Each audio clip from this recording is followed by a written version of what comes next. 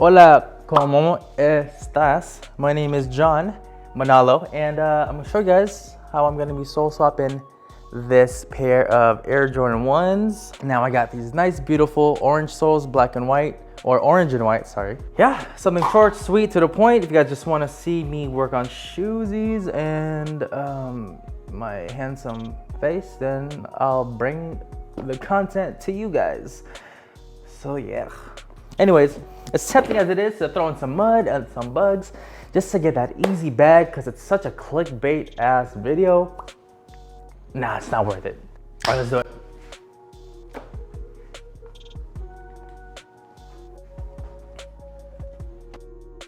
Hey, what's up you guys? It's John Manalo and I'm going to be turning the Shattered Backboard Tress .0 into the Tress .5s. So this isn't the first time anyone has done this, but I wanted to show you guys how you guys can do it if you guys decide to do it. Now this method won't work for all Jordan 1s. It depends on the material that is on the shoe. So to replace these Jordan 1 soles, I'm going to be using a low top version of the Shattered Backboard, since I think that's the only one with the orange sole so far.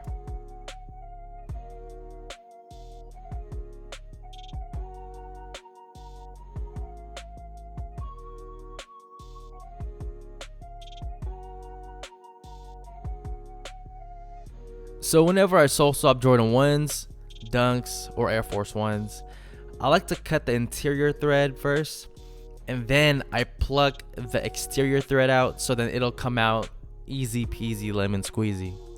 But in order for me to do this, I have to cut the toe box so then I can access the toe cap to cut the thread. If you guys want to keep your donors fresh, then I suggest not to do this. So with my X-Acto knife, I make a slit on every black thread from the inside so then I could just pull out the white thread.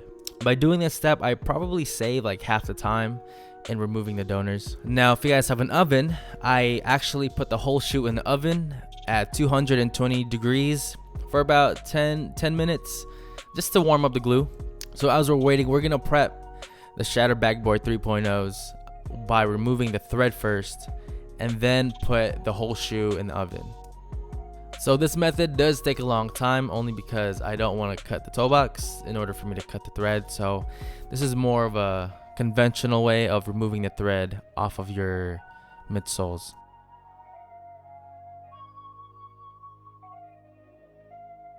So before I put them in the oven, I am going to put in a little bit of acetone inside of the soles to soak up the glue. So before we put them in the oven, it'll do its magic and melt the glue and eat up the adhesive. And then putting them in the oven will just accelerate the process.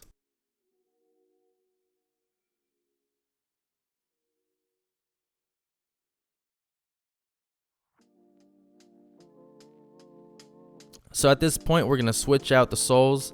So while the Shattered Backboards are in the oven, we're going to try to separate the donors by pouring in acetone while the shoes are still hot. Now I'm making slits with an X-Acto knife just so when we tear apart the midsole from the upper, the midsoles don't get caught up and tear with the uppers. So this is kind of like a bridge.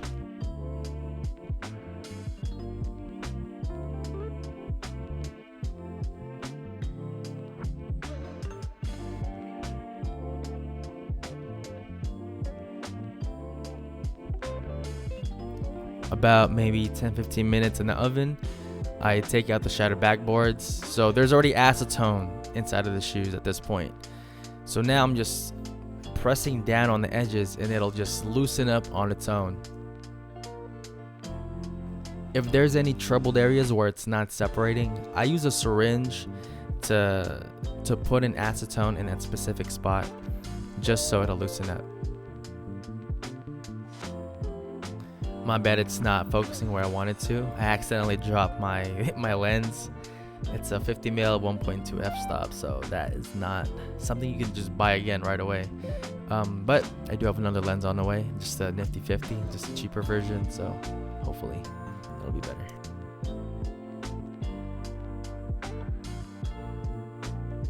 Alright, to continue our prep work, we're gonna clean up the donors by using a Dremel tool, and I'm using a sandpaper bit to remove the bits and pieces of the old leather and the factory glue. This is just to make sure that our adhesive and our bond will be strong.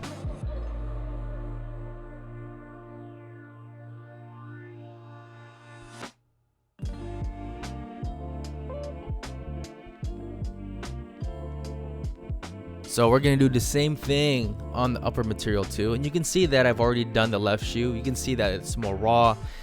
There's no factory glue anymore, so that's what you're looking for when you do a sole swap. You want to remove everything bare so the glue would stick perfectly.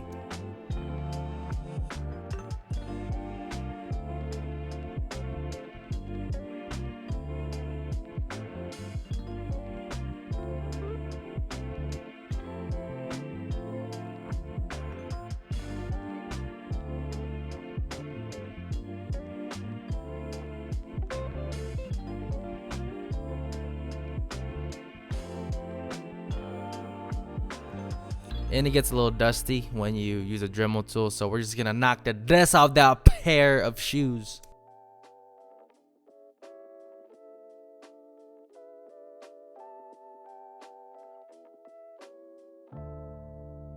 So this is the bread and butter right here for any reglue work. You want to make sure that you use acetone and combos to clean off the surfaces so our bond will be perfect.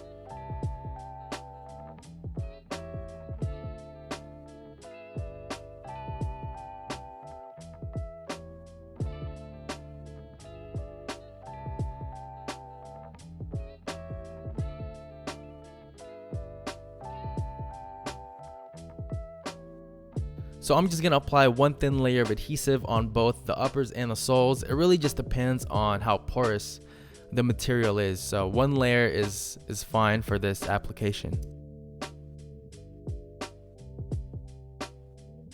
Now we're just gonna apply some more adhesive on the footbed, just like a toaster strudel.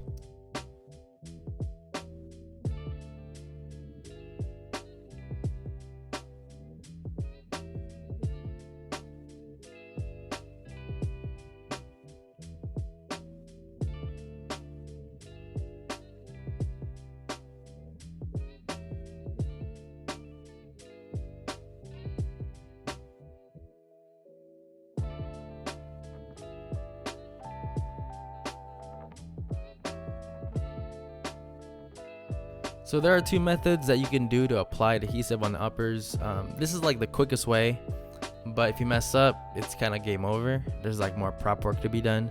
So you can just apply glue straight on the uppers without taping the upper material and just use a brush. So if it doesn't get in the areas you want, it will take longer for you to get that adhesive evenly on the uppers.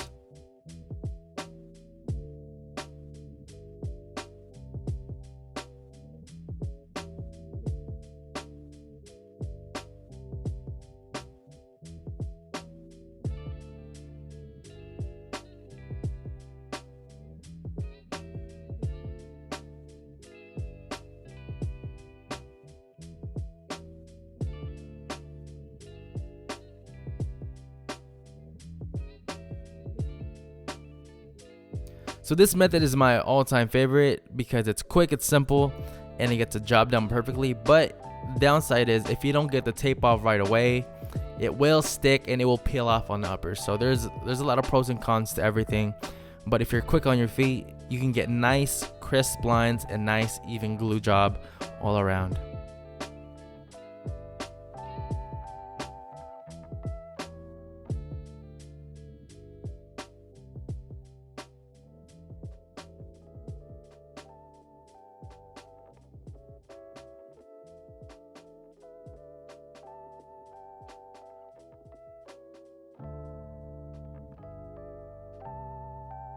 So after letting the adhesive sit for about 30 minutes to an hour, I will be heating it up with the heat gun and then bonding them together. So the last and final step is to restitch the midsole with a sew-and-all. If you guys want a tutorial on this, I will be recording a video very soon, and I'll be including it in the top right corner of this video. That's it, just a quick, simple video. If you guys want to support me and want to learn from me directly as a mentor, you can head over to my Patreon page where you can pay $20 a month and I'll guide you with whatever you guys need. I'll also start putting videos like this that are more in depth. So if you guys need more assistance, I can help you guys out there too. Alright, you guys, much love from the Bay Area. If you guys enjoy these types of videos, be sure to subscribe. And yeah, God bless. Yay!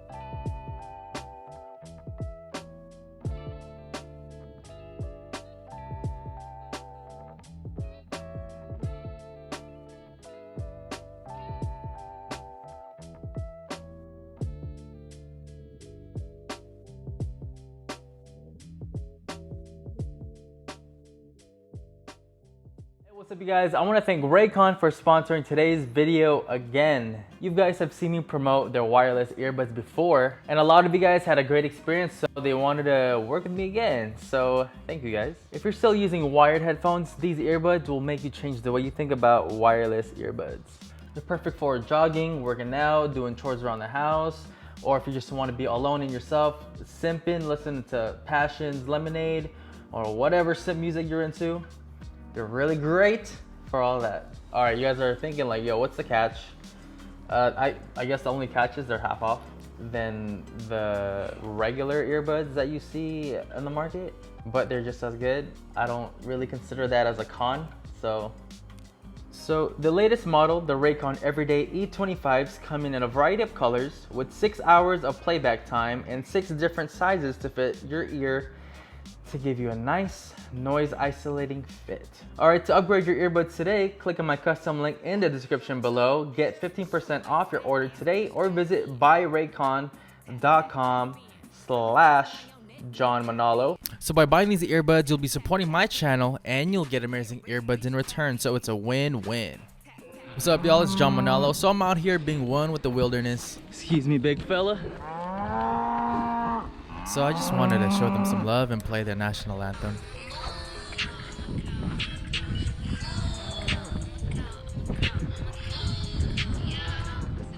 So 10 hours later, I'm almost at the top of the mountain. And I just peek through this little crevice and I just know there's just something in there. Oh my goodness, look what I found.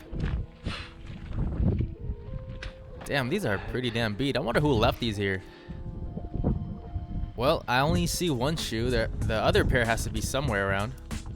So I hiked for another 3 hours and I finally reached the top of Mission Peak. And I'm still looking for the other shoe, but I feel like I can't find it, so I'm just gonna give up. As I was just about to go home, I finally found the other shoe stuck in this bush. Alright, you guys, I'm just gonna take these home and see what I can do with them. And it's only gonna take me 20 minutes to reach the bottom. Hey, what's up, y'all? It's John Manalo, and I'm gonna be restoring these Raging Bull 5s that I found in the forest. And damn, Gina, these are beat. These will definitely need a midsole swap, a suede re-dye, a netting swap, and Jesus. Oh, what the hell is that?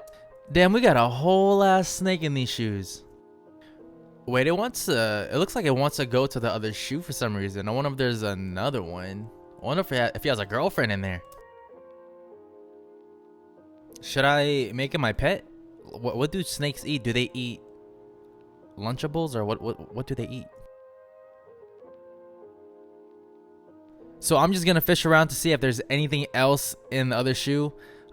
And I think I found, oh my god, I thought it was another snake, but it was just the laces. Oh wait, hold up, wait a minute, let me put some ketchup in it. What? There was another snake. All right, I'm gonna let these guys roam around because I do have a pest problem. Hopefully they'll take care of it. They also said if you don't subscribe to John Manalo and watch all of his videos, we will go up your toilet bowl while you're using it. So you guys don't want to risk it, right? You know what? I feel like these snakes fight a lot, so we're just gonna name them Ross and Rachel. Alright, well now that the snakes are guarding my house, let's finish and restore these guys. And the first thing I'm gonna do is clean the laces by using the Rejuvenator laundry pod and just put it in this little plastic container and just shake it up with water. If you guys don't have this, you guys can use a sneaker cleaning solution, or if you guys don't have that either, you can, use dish soap, but I highly recommend using the Rejuvenator products. So before we deep clean the uppers, I'm just gonna put shoe trees in there just to keep the shape of the shoe while we scrub it up dub the uppers. It's just so crazy that anyone will let an $800 pair of shoes go in this condition. Because it is suede, I want to use the softest bristled brush I have. So I'm going to use the soft bristled brush from Rejuvenator to gently remove the dirt off of the suede.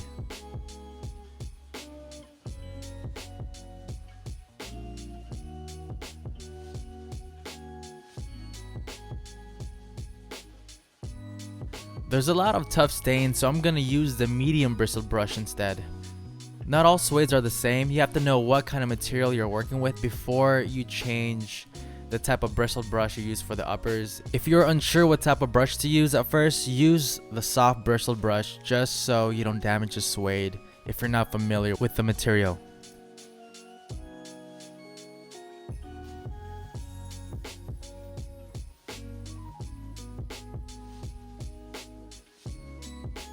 With the kind of stains the shoe has, cleaning is not enough, so I'm gonna bring out the big boys. The first thing we have to do first is just remove the sole. Since we don't need them anymore, I'm just gonna toss them. If World War III would have started, this is what it would have looked like.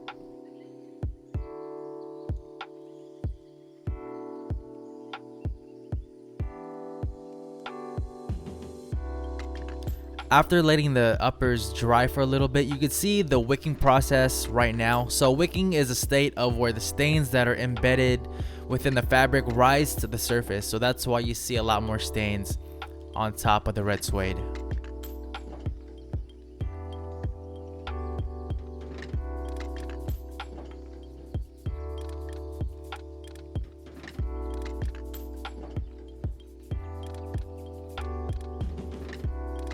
So I'm gonna use a steamer to loosen up the embedded dirt. This is what detailers use for the interior. So I'm just gonna use the same thing to clean the suede, just to loosen it up. And then I'm gonna use the Rejuvenator cleaning solution to remove the stain.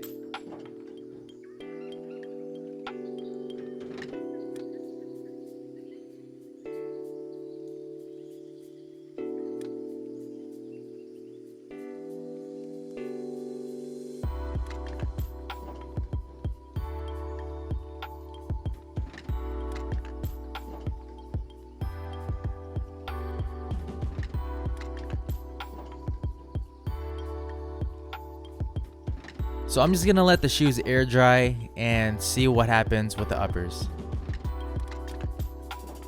See, I don't know what's going on. This stain just doesn't want to come off. Every time I wash it, it just gets worse.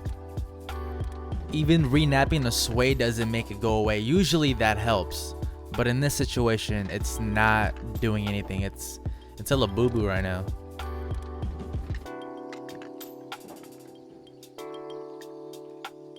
So at this point, I might as well just renap the entire upper on both shoes just to see what the uppers look like.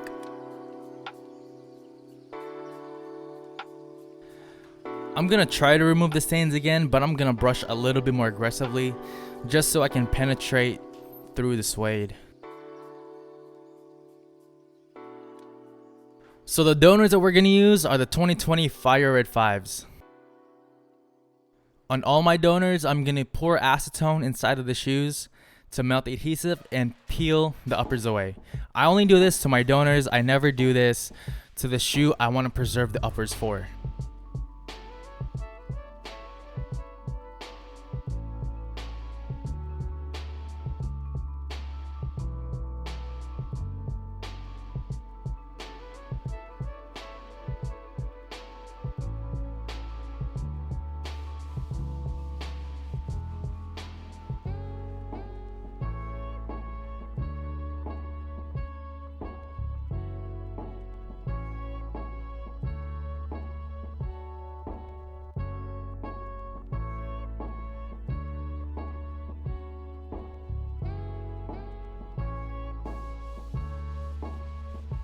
So I took the netting off of the 2020 Fire Red 5s and stitched it back onto the tongue on these Raging Bulls.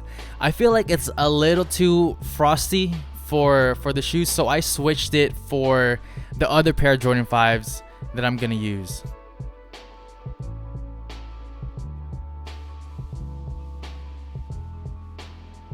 So for me to restitch the netting, I'm gonna have to remove the Strobel footbed off of the shoe first. I want to shout out Hoopfresh for giving me some nuggets on how to swap the netting on a pair of 5s. I honestly don't even know the name on his profile. You can see that I use. So if you guys know, comment down below. Jordan ones made out of satin. Educate me, please. So what I'm doing right now is removing all of the crusty, nasty old netting from the Toro 5s, so then I could prep them to replace them with brand new netting.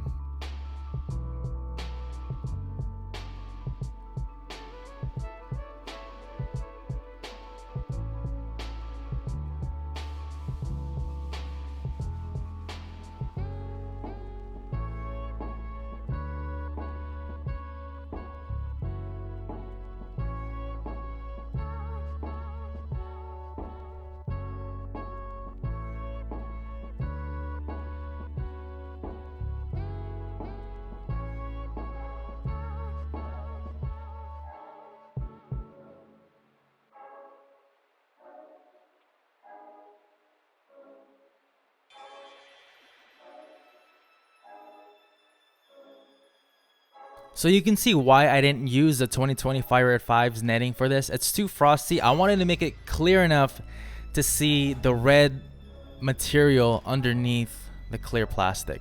Now I'm going to use the 2020 Fire Red 5 netting on a shoe that has an all white leather. I feel like it'll look way better on a shoe that has all white leather for the shoe.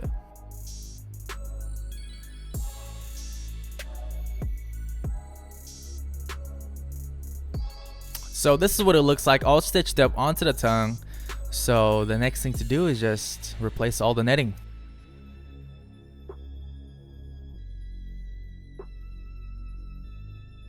So to keep both the materials from moving around while I'm stitching, I'm going to use double-sided tape that I got from Amazon, and just to make sure that they're in place while I stitch it together.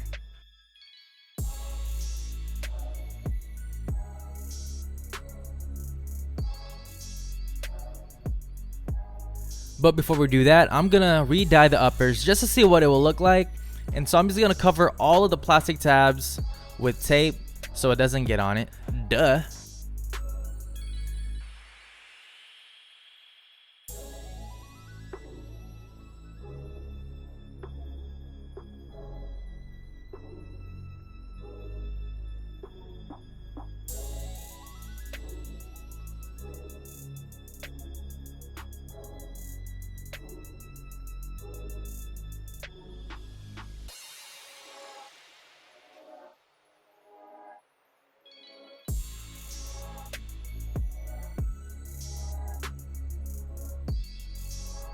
So to dye the suede again, I'm going to use Angelus red suede dye.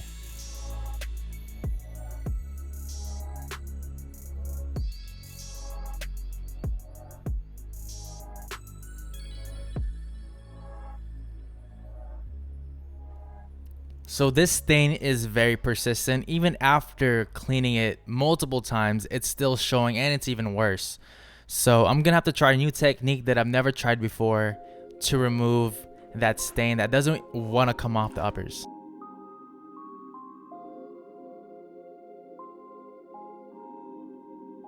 So I'm using an airbrush to apply the red suede dye onto the uppers because it gives a consistent, equal amount of dye on the uppers instead of the swab that it comes with, because too much saturation will be bad, especially if it's uneven.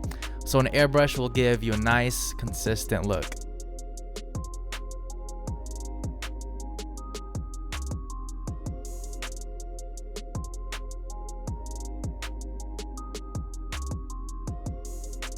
So now it's time to stitch the netting back to the tongue, and I'm just going to use my sewing machine to do the work for me. It was my first time stitching the netting back to the uppers, so it was really hard for me to keep the netting in place while I was stitching it. So you're going to see where it's a little bit misaligned. So, you know, just practice makes perfect. It's my first time, no biggie. So just keep going until you get better. And don't be afraid to fail, because failure is your best teacher.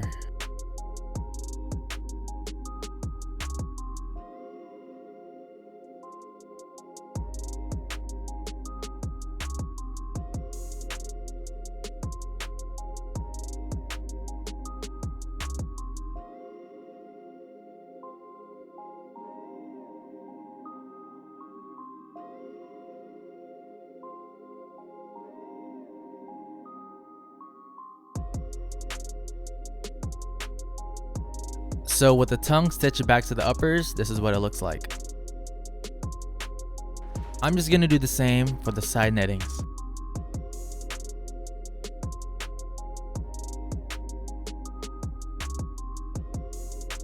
So this dark stain that doesn't want to come off, I'm gonna try something new. I'm gonna post it on my Patreon page on what I tried. So if you guys want to learn from me on how I did this, join my Patreon page for $20 a month, and also other tips and tricks on how to restore shoes. And the link will be in the description below.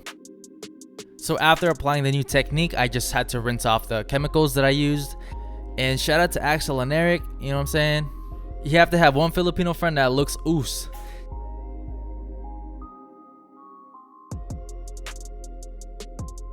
Okay, so this is the last time I'm gonna be scrub-a-dub-dubbing this nasty stain that doesn't want to come off. So we'll see what's up. After letting it dry, I will have to re-dye the suede again, but that's for another time. Now the next step is to bond the uppers to the midsole. So right now I'm removing all of the old factory glue with the Dremel tool, and then using acetone and cotton balls to finish the job.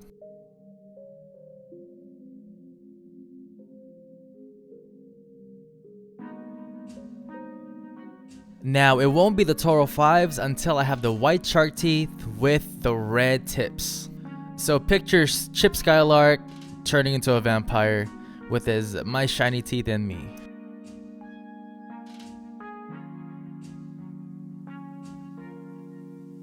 This is actually my first time repainting a pair of Toro 5s, so I don't know what direction to go to repaint the shark teeth, because it has a distinct shape to the tips.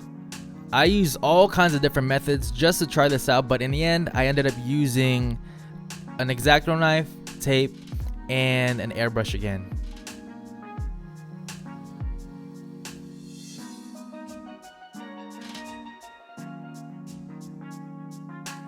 So far this is what I got from using a hand brush, and there's a lot of paint that seeped through, so I'm gonna need to do a lot of touch-ups after this.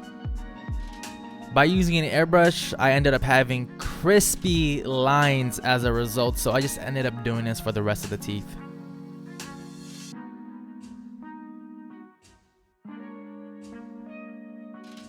And the last part of this midsole repaint is just touching up the rest with black paint.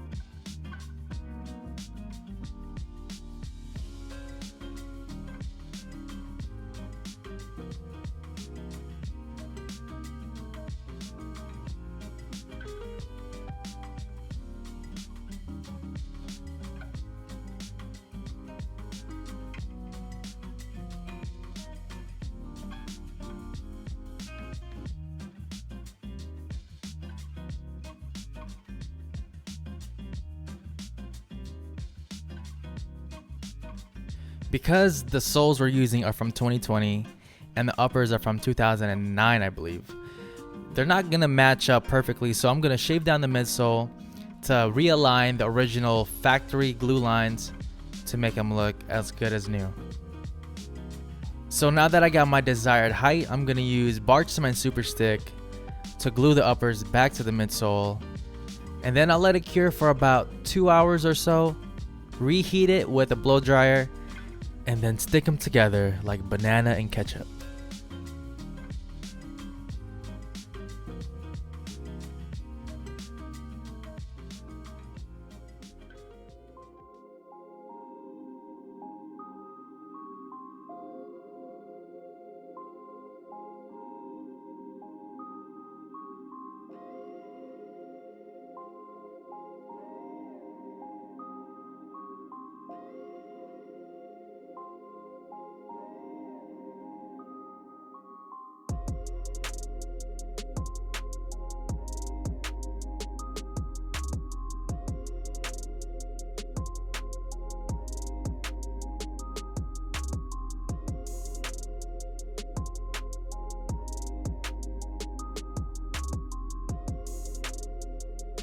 So once the heel is bonded, I'm gonna bond the toe box and then the sides.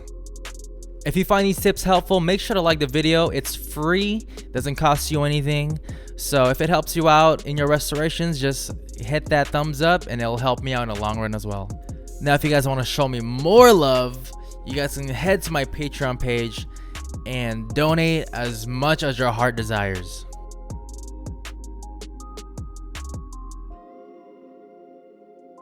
Now, the key to having a really great reglue is making sure that the temperature is at 130 degrees.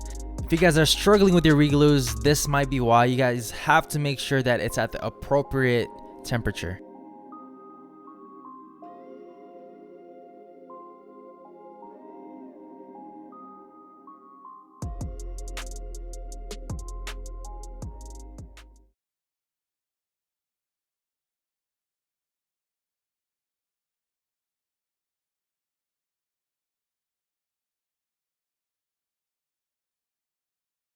Alright you guys, so the last thing I'm going to do is just re-stitch the toe cap and then it is finally done. If you guys enjoyed this video, please give this video a thumbs up, and if you guys have not subscribed already, please subscribe.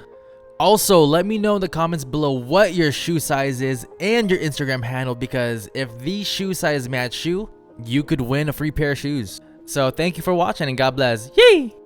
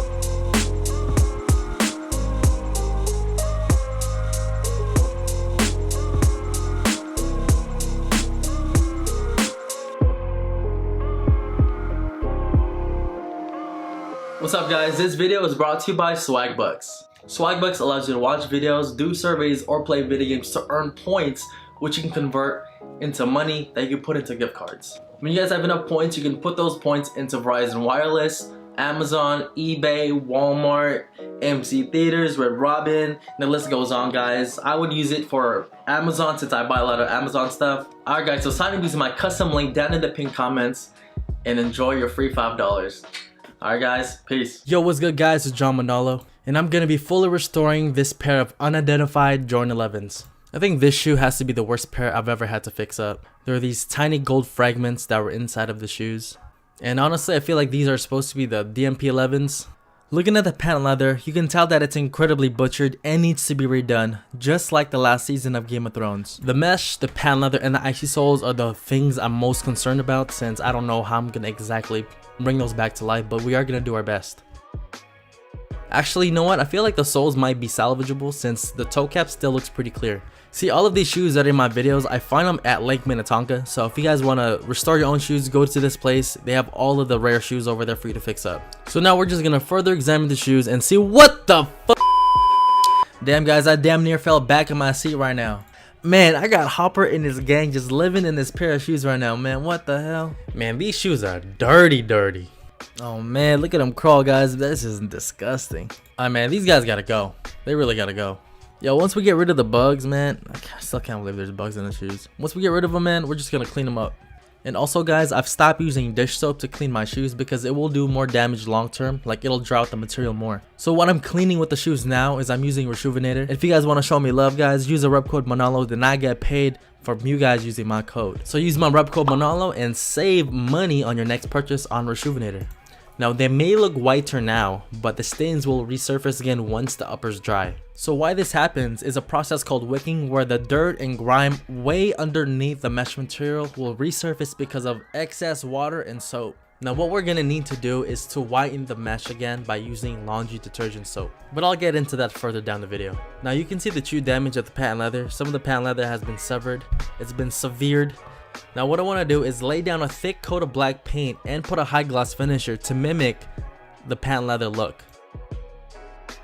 Now I boiled a cup of water and let it cool down to 130 degrees Celsius because water boils at 212 degrees Fahrenheit, which is 100 degrees Celsius. And anything hotter than 100 degrees Fahrenheit will warp, shrink the uppers, which will permanently damage the shoes. So I just want the water hot enough to melt the glue that is on the shoes so it's easier for me to pry the shoes apart. Now we are going to use a heat gun to remove the soles. I could just leave the soles on while I ice them, but I want to apply a fresh layer of glue when I re-glue the whole shoe so they won't separate in the future. Alright, now that all of the tree components are all separated, we are going to ice the soles now. And what I mean by ice, guys, I mean deoxidizing the rubber soles. And you have to do this periodically if you want to maintain that icy look on your shoes, only because it's maintenance. You can't just expect for it to be icy forever after one restoration. It's like brushing your teeth. If you stop brushing your teeth for a while, they will turn yellow, but if you maintain your teeth, it will become whiter. And here's an example of that because I try to take care of my teeth and they're as shiny as Chip Skylark.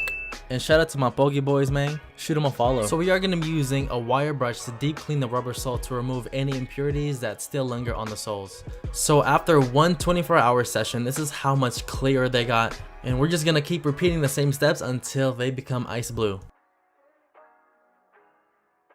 Also, if you guys are interested in purchasing this indoor setup for your own self, there's a link down in the description below for you guys to purchase your own machine to whiten your own shoes.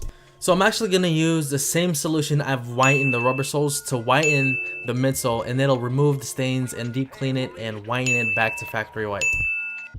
So I pulled out the midsole since I forgot to remove the factory glue that's still lingering on there. So I'm just going to use cotton balls and acetone to remove all of that old factory glue so our bond will be a lot stronger. So we're going to put them back in the ice box just to ensure any yellowing or dirt that's still on the midsole will be removed. Now this is a very important step. After you put on the solution, you're going to need to use a wire brush and dish soap to remove any crud and residue that's still left on the shoes. And I'm using dish soap for the midsole here is because it will not damage the soles. So I've put the icy soles in the indoor setup for an additional 72 hours. And at this point I feel like we've maxed out the oxidation, so this will do. So after you clean off the solution, we are going to wipe them dry, and they came out pretty good.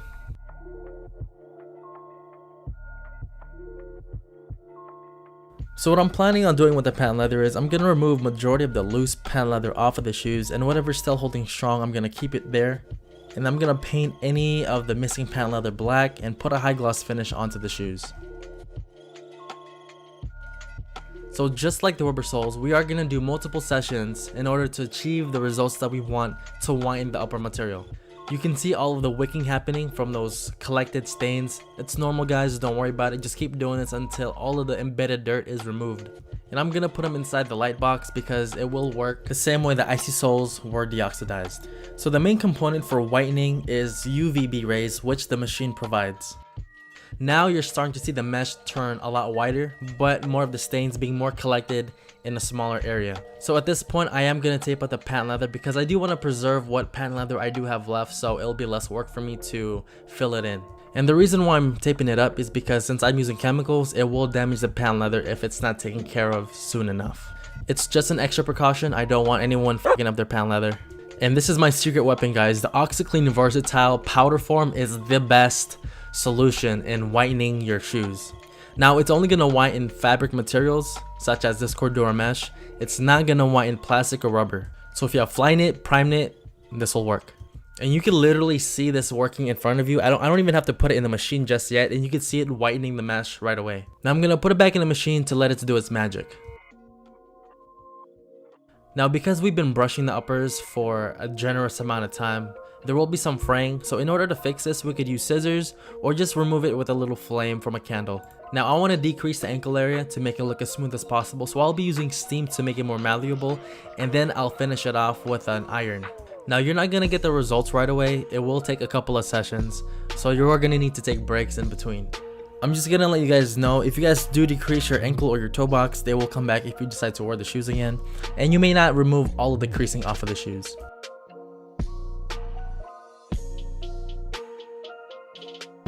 So we are going to put in a light box and do at least 3 more sessions until it gets as white as it can. So I have this shoe cobbler around my area, and he does purses, boots, sneakers, belts.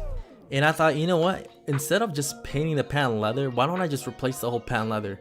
So I asked him if he could do it for me. And thank goodness I had this pair laying around where I can just remove the patent leather off of the Bred 11. So these are from 2001, by the way. So right now I'm just trying to custom and retrofit to see if it'll work, and it looks pretty good, but unfortunately I do not have the skills yet to do this procedure, but I will be letting my boy do it for me. So we're exchanging services for this to be done because he quoted me $300, but I ended up asking him if he needed some shoes done professionally. Even though he's a cobbler, I know it's like low-key like a kick in the balls, but he knows that I'm better at gluing and better at painting, but I trust his stitch work, so that's why I offered my services to him. Now these shoes are very old, so that means the air units have popped, so I'm just gonna use a spare insole that I have laying around. I mean, it's better than nothing, you know what I mean? Alright guys, are you guys ready? I got the shoes back, and holy fucking A, man. I didn't even know he was gonna decrease the patent leather for me. I just thought he was gonna stitch it back on, but they look damn near, you know what, I'm not even gonna front like it's whatever. They look pretty damn good. So now I'm prepping the patent leather so I can bond the midsoles to the uppers. So what I'm doing is I'm just following the glue line and removing any debris, any glue, excess glue that have been left from the previous Bred 11s. And I'm just going to use a Dremel tool and finish it off with cotton balls and acetone. And the cotton balls and acetone are just to remove anything that I've missed, so it's like the last step. And of course, it's easier to remove the factory glue when you have heat present, so I'll be using a blow dryer to accelerate the process.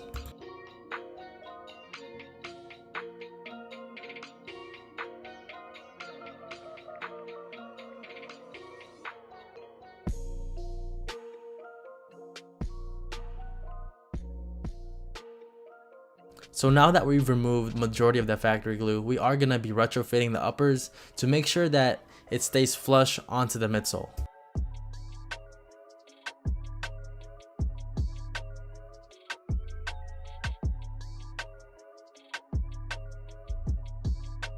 Now I know we've already prepped the midsole, but we've been handling the midsole too, so right before we glue I want to remove any oils from our fingertips, any debris, so just to make sure that our bond will be really strong, I do like a final polish, if you will, with acetone on the midsole and on the uppers. You know, I found my re-glues to be stronger when I apply glue on the whole midsole first and then apply glue section by section on the uppers. And we are gonna let it cure for about 7 to 8 minutes. And after 7 to 8 minutes has been up, we are gonna use a heat gun to activate the glue again and then bond them together. So the way I'm gonna glue my 11s is I glue the back first and the toe cap second, and then I glue the sides last. And it's basically rinse, cycle, repeat, do the same steps throughout the whole shoe, and bada bing, bada boom, bada bang, bada bomb, you're done.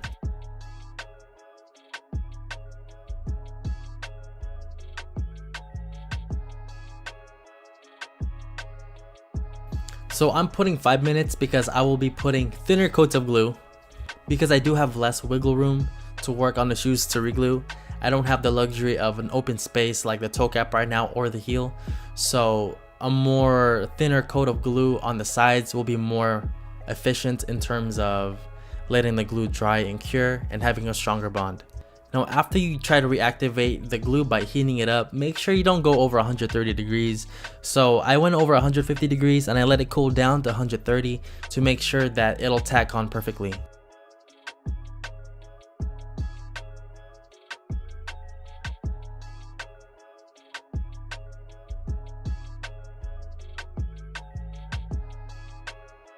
Now for the final piece de resistance, I have these Jumpman tabs to replace the crack ones on the ankle. And I want to give a big shout out to JSoCologist for providing these exact 1-to-1 size tabs on these DMP 11s. All you gotta do is just airbrush a gold and they'll look good as new, guys, and it's more durable too. Alright man, the last thing I gotta do is just glue this sucker back on the ankle collar and it'll look brand spanking new. And this is pretty much it for the end of the video. If you guys did enjoy this video, please give this video a like. It'll help me a lot. And let me know what you guys think down below in the comments, y'all. Let me know. I hope y'all take care and God bless. Yay!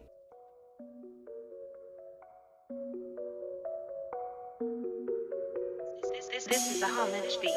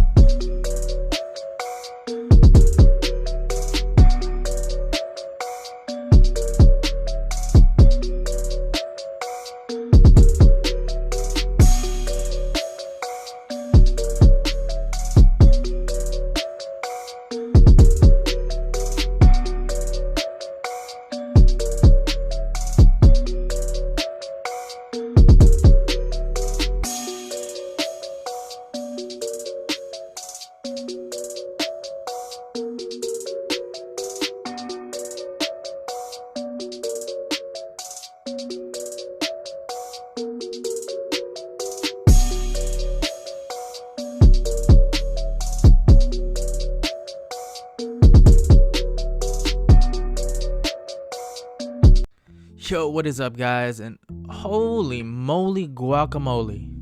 Alright guys, so in this video we're going to be restoring a pair of 2011 Band 1s. Anybody that has an optic nerve can see how bad these shoes are f***ed up. These for sure are covered in some type of eukaryotic microorganism that is just nasty. If it is what I think it is, like spiderwebs, tell that arachnid bitch Charlotte to spin her web somewhere else. Alright guys, I know what you guys are thinking. Deep down, you're asking yourself, where does this guy always find these up shoes? I got one answer for that. I plead the fifth. Alright, so the first step is to clean the shoes. So we're gonna do a little scrub-a-dub-dub to make the shoes clean. Yeah, the shoes are pretty disgusting, so we're just gonna make sure every little square inch, every fiber is deep cleaned. And a lot of scrubbing action, especially the inside of the shoe. Just a quick warning, if you guys do use dish soap to clean your leather shoes multiple times, it will dry out the material. So these are going to be the donors for the Band 1 since we are going to be sole swapping the shoes. So fitting the uppers onto the donor midsole, I'm just trying to see if I need to make any adjustments, any alterations so that it'll look as close to factory as possible. So now all I'm doing is just using a Dremel tool to remove the factory adhesive. So when we use our glue, there'll be no separations. Since the donors were gently worn, even though that the toe box was missing, we are going to be using Retro Bright to wind the rubber, helping the shoes look brand new like it's day one. So for my concoction, I'm just using 3% hydrogen peroxide, a little bit of OxyClean, and flour. You can use cornstarch. I preferably use cornstarch, but unfortunately I didn't have anything at Walmart. Now some of you guys are gonna ask, how come I'm not using soy sauce, because that has 12% hydrogen peroxide, and why am I using 3%? Well, the thing is, guys, if you use soy sauce, which is pretty much Sally's 40 volume cream, it has other chemicals in there that'll make the soles come back to yellow a lot faster, and it will remove the traction. So that's why I'm using 3% hydrogen peroxide. So I eliminate the risk of traction loss, and I eliminate the risk of having the yellowing come back really quick. And I only do this on white rubber soles and colored rubber soles, not on icy soles. Alright guys, now that the soles look coke white, all we have to do now is remove the factory glue on the uppers, and I'm just going to protect the leather material by using tape and a Dremel tool to remove that factory glue.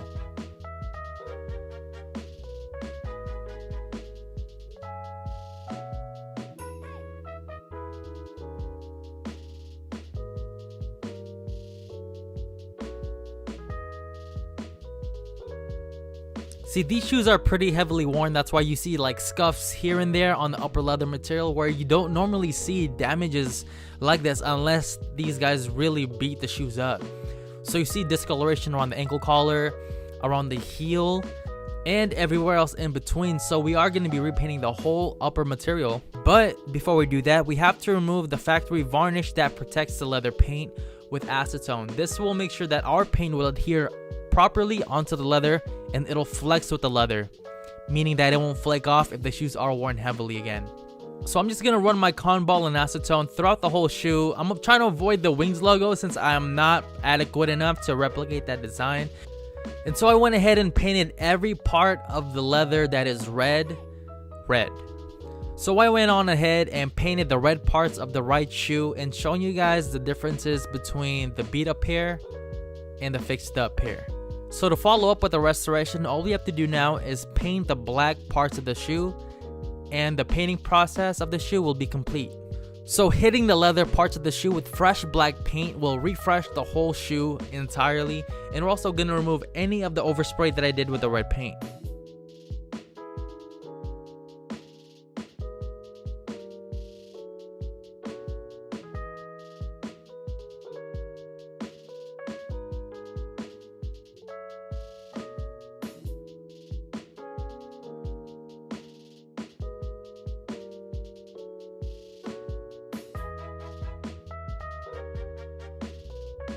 So when I said that these shoes were heavily worn, they are heavily worn. You can see that the rip on the sock liner will be patched with a quick tip, this patch for heels. So this is what I'm gonna use to patch up that hole.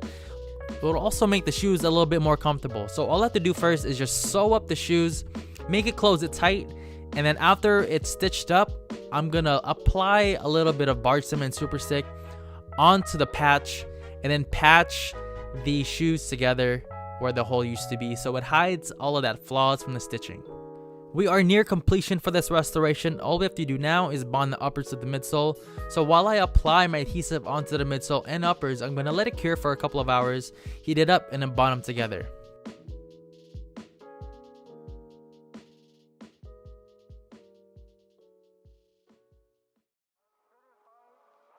So now that the shoes have been finally glued, we still have one more step, which is to sew the shoes back together all around using a sewing awl.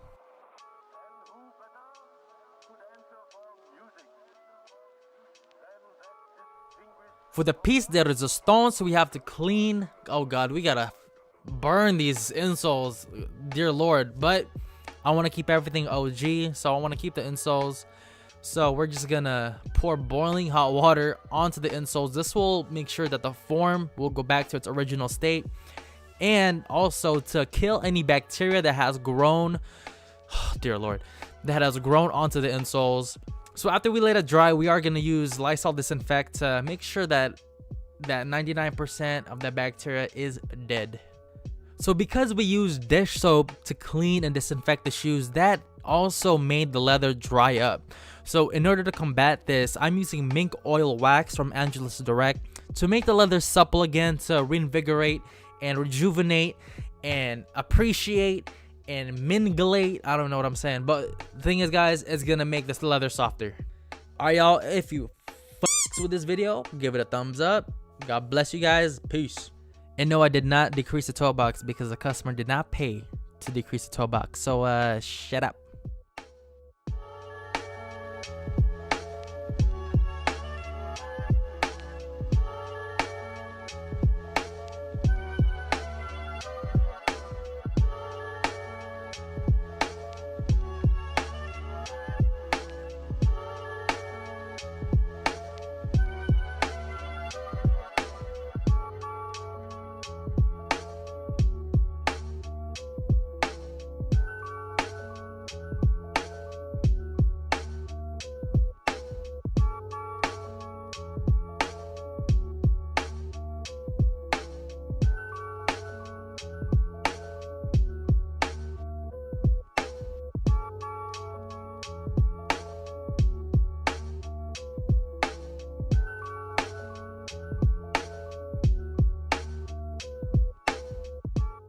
So I'm walking around the park with a GoPro on my head and a shovel on my hand like a normal person, right?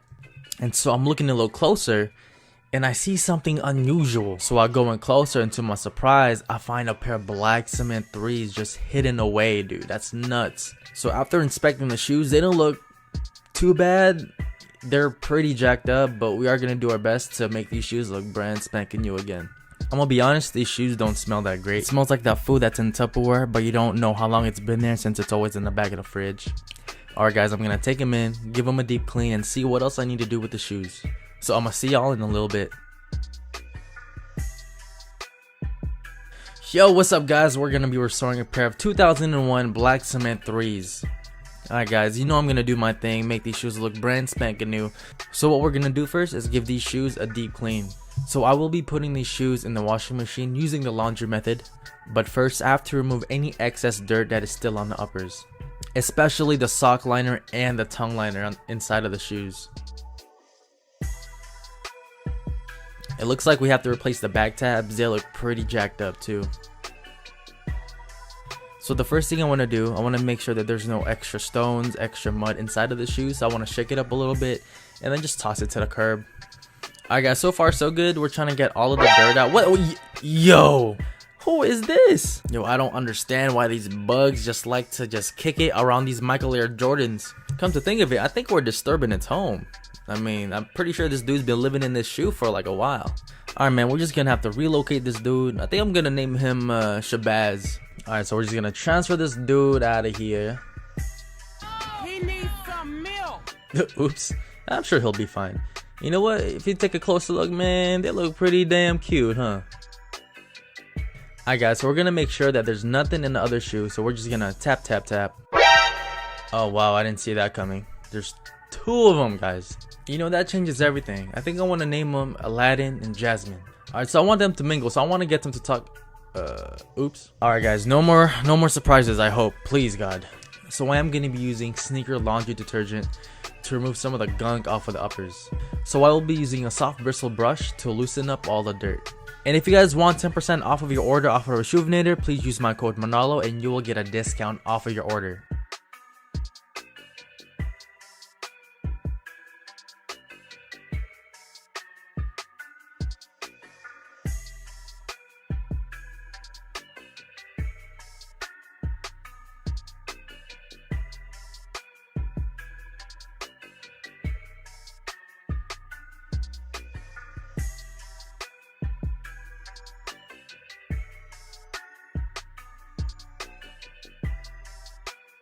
Alright, now that the shoes have been vaccinated, we are going to be putting them in these laundry bags for the laundry system.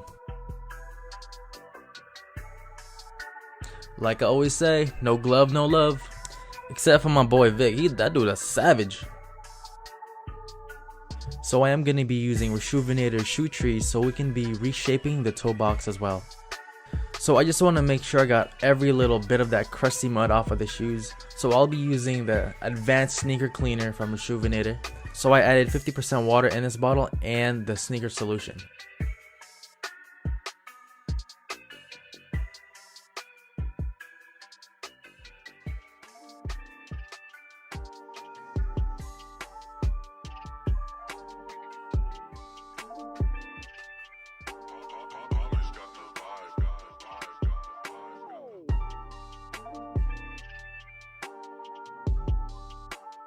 Yo, these shoes are pretty dirty beyond belief, so I'll be adding twice the dosage. Usually it's a full shot worth, but I'm gonna add 2 full shots. So if you guys are gonna be using the laundry method, please use cold water only. If you use hot water or warm water, you will be risking separation on your shoes.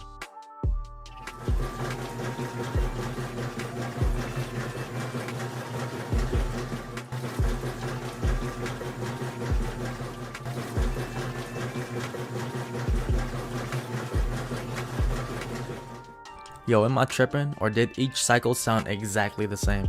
Alright guys, so now let's check out. Oh sheesh, man, they got jacked up.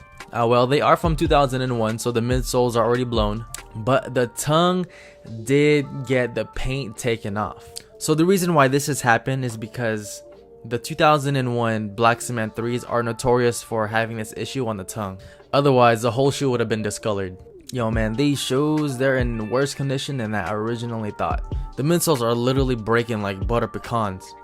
But the best news is the leather looks extremely plush, looks like it's been revitalized by the laundry system. The elephant print has been thoroughly cleaned, and the sock liner feels incredibly soft and smells amazing. Don't worry guys, we have a simple fix for the tongue issue. All we have to do is just repaint it back to the original color.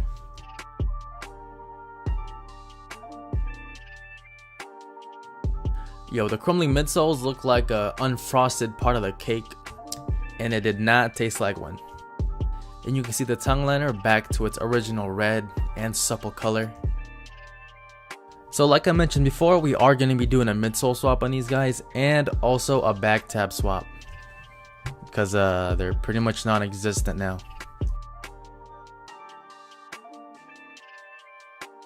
Alright, so first things first, we are going to be removing these midsole donors, and I'm using a pair of Cyber Monday 3s as my lucky volunteer. Now you want to use extra caution when you are using a heat gun, because if you leave it on for too long in the same spot, you will cause the air unit to pop.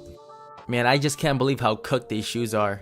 So my next step is to remove the rubber piece off of the upper material, so I will be using a pair of scissors to remove the threading on the toe cap. And then we're also going to remove any crumbled bits off of the rubber sole.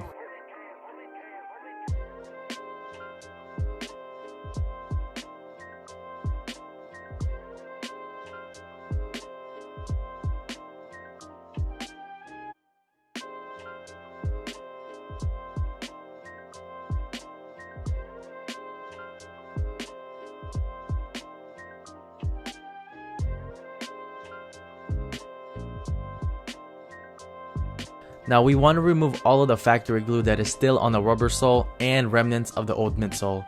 So we're going to be using a heat gun, cotton balls, and acetone for this step.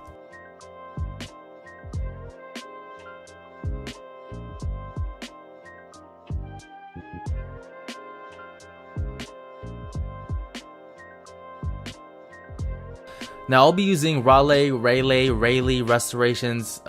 Someone, you know what? Someone correct my ignorant ass because I have no idea how to pronounce that. I'm not from there, but I am using his product to whiten my soles. And you can also use my rep code Manolo for them for a discount as well. Oh, and I transferred the solution in a sriracha bottle just because it's easier to apply. Now I'm gonna be using my indoor method, which is all lights, no sun, and I'm gonna leave them in there for about 24 hours and then take them right out.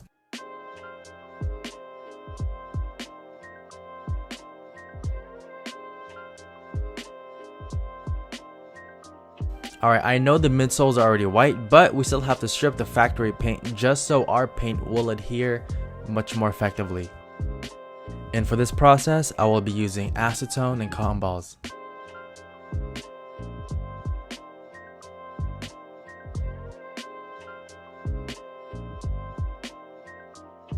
It's kind of hard to tell on camera, but they are pretty bone dry, baby. Alright, so here's what the rubber soles look like after that unyellowing session. Now it's finally time to glue the midsoles to the rubber sole, and I'm using Barge Cement Super Stick. I prefer using Barge Cement Super Stick because it is a lot stronger than Barge Cement Infinity.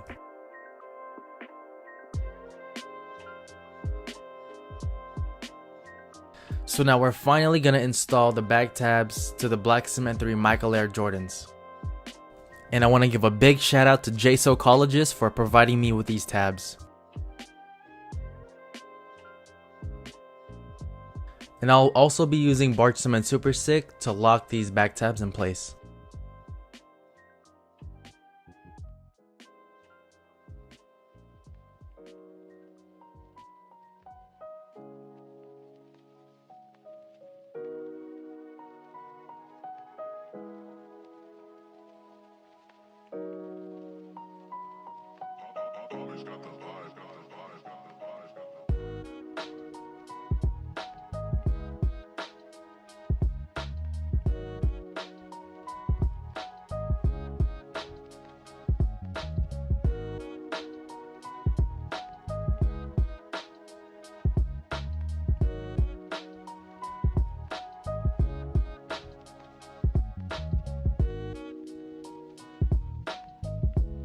Alright, so my method for my madness: I apply my adhesive, let it cure for 10 minutes. Once 10 minutes is up, I reheat the glue again to reactivate it and then bond them together. Alright, now that the midsoles have been attached, we are going to be repainting the midsoles to its appropriate color. I will be applying an off-white, eggshell white tone to the white paint and your average black paint. Like, I don't know how to say it, like flat black.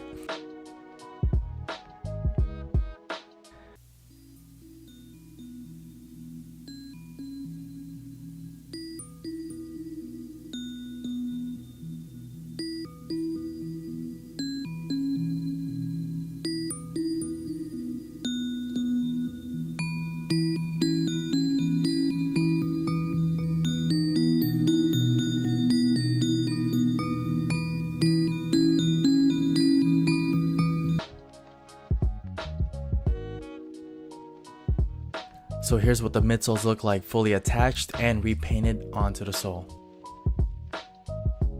Alright, so now it's finally time to prep the upper material to bond into the midsole. So we're going to be using tape to make sure our crisp lines for the glue lines are perfect.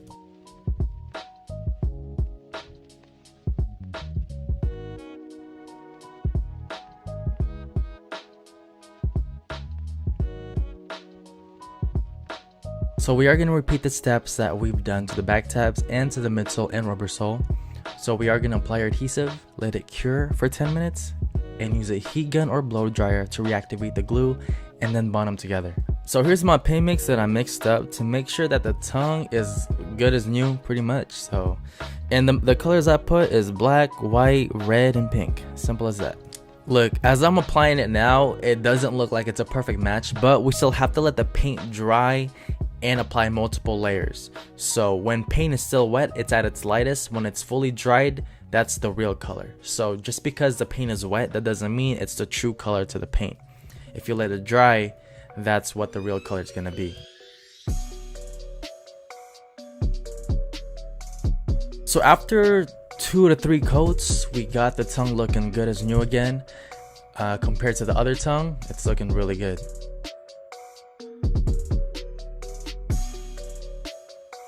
Our last and final step is to restitch the toe box to the rubber toe. And for this tool, I'll be using a sewing awl.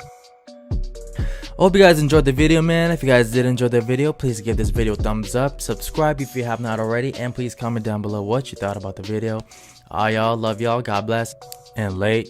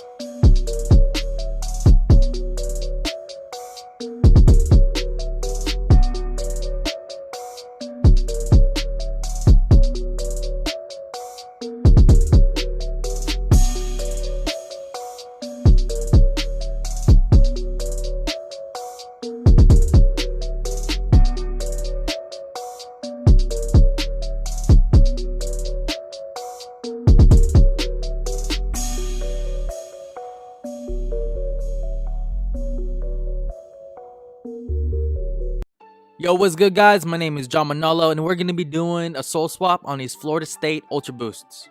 As you can see, these shoes have little to light wear on them, but that's not going to stop us from making them look brand new.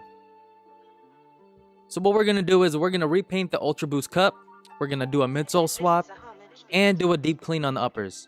Now, a lot of baby boomers and a lot of people who just don't understand the shoe culture, they're like, why don't you just buy a new pair of shoes? Why go through all this work just to fix up a pair of shoes? Alright, Chad, how about you PayPal me $2,000 and I'll buy myself a brand new pair of Adidas? So the reason why these shoes cost so much is because the students that were attending these universities that these shoes were released in could only purchase these shoes. These were not available to the public. You can see that there's heavy scuffs on the heel cup and light drag on the soles. So before we begin cleaning the shoes, we just want to remove any debris that is on the uppers. I mean, that doesn't mean that these shoes are not clean, so just be sure to wear gloves before handling these types of shoes. So I will be using a vacuum with a bristle hose attachment just to make sure that whatever debris that is on the uppers, it doesn't get in the air for me to inhale.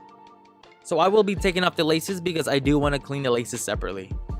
So our lucky victim will be a pair of uncaged Ultra Boosts. You can get a brand new pair off of StockX or on eBay for about $100, and that's $100 less than retail. If all you have to do is buy a new sole for $100, plus the cost of my services, which is $200, that's $300 invested opposed to buying a brand new pair of Ultra Boost for $2,000. That's about $1 million saved. So I have this magical cutting pad that you could buy for $59.99, and all you have to do is tap your donor onto the cutting pad and it'll separate it for you magically. Just like the magic bucket, it will take about 2 to 3 years to deliver, so please be patient. And you still have to pay for shipping, which is an additional $59.99.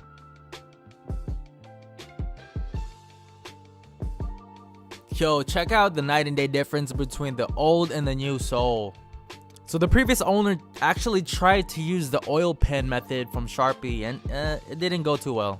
Now for the people who cannot afford the magical cutting mat, I will show you how to remove the uppers manually. You need an X-Acto knife with spare blades just in case it gets dull, and you need patience. And just a quick Christmas gift idea, guys, if you forgot to get your girl that diamond bracelet, you can use the Ultra Boost ankle liner as a bracelet and tell her that you custom made these yourself. Alright guys, so to remove the uppers carefully, we will be using X-Acto knife, a heat gun, and acetone. And fellas, please be careful not to put too much heat in one area for too long because you will, without a doubt, mess up the boost. So we finally got the donors out of the way, but I just realized that I'm handling these shoes bare raw hands. And before the next clip, I went to the bathroom and used some mild detergent soap with a little bit of gasoline to wash my hands. So I'm just gonna extract the poop-diddy scoop Boost soles with an X-Acto knife. And I just want to use enough acetone to lift up the middle of the sole away from the upper material, but not douse the entire material with acetone because it will remove the fabric. Now with the Dremel tool, I will be shaving off the rest of the boost material off of the uppers. Majority of the tools that I've used in this video, you can find them in the description below if you want to purchase the same tools that I've used. Just go down to the description and then look for the tools that I've used, such as this Dremel tool.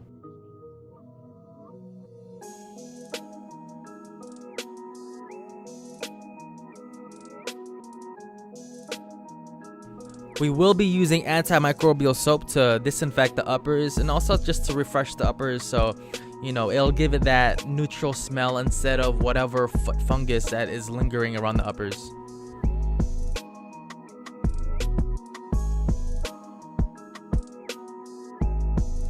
So if the scuffs aren't deep enough, you could use a Mr. Clean Magic Eraser to remove the surface scuffs, but if it does dig deep into the plastic, you are going to need something else to remove the scuffs.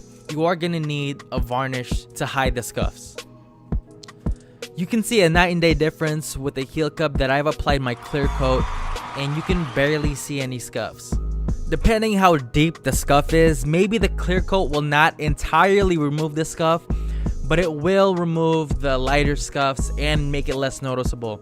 Just think about how a car's paint has a clear coat, and if you use wax on the car and you do the Mr. Miyagi thing, and to be honest, I don't even know what I'm talking about. I just wanted to ramble on.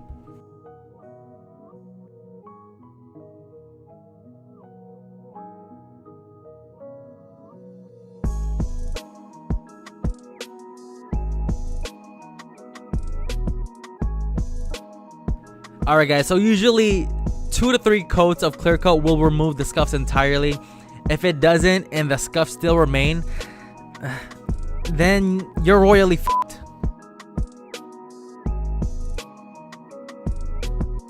So we will be using a water bottle to deep clean our laces. And we are going to be using laundry detergent to brine up our laces. Yo, so fortunately for me, I was able to get the one that is safe on colors. So what that means is it's safe on blacks, Mexicans, Filipinos, Japanese, Koreans, anybody that's a minority, it's good to go. So I'm gonna show you guys how I'll be repainting the heel boost cup, and all I really did was just use flat black for the ultra part, and I have this metallic paint that I'm still experimenting with. If you guys want to buy it, I'll sell it to you guys. But it's still an experiment, so if you guys have good reviews, I'll sell it to the public. So if you guys want to buy it from me, let me know and I'll ship it to you. Yeah, so just give me a DM on my IG, JohnAndrew00, and I'll hook you up.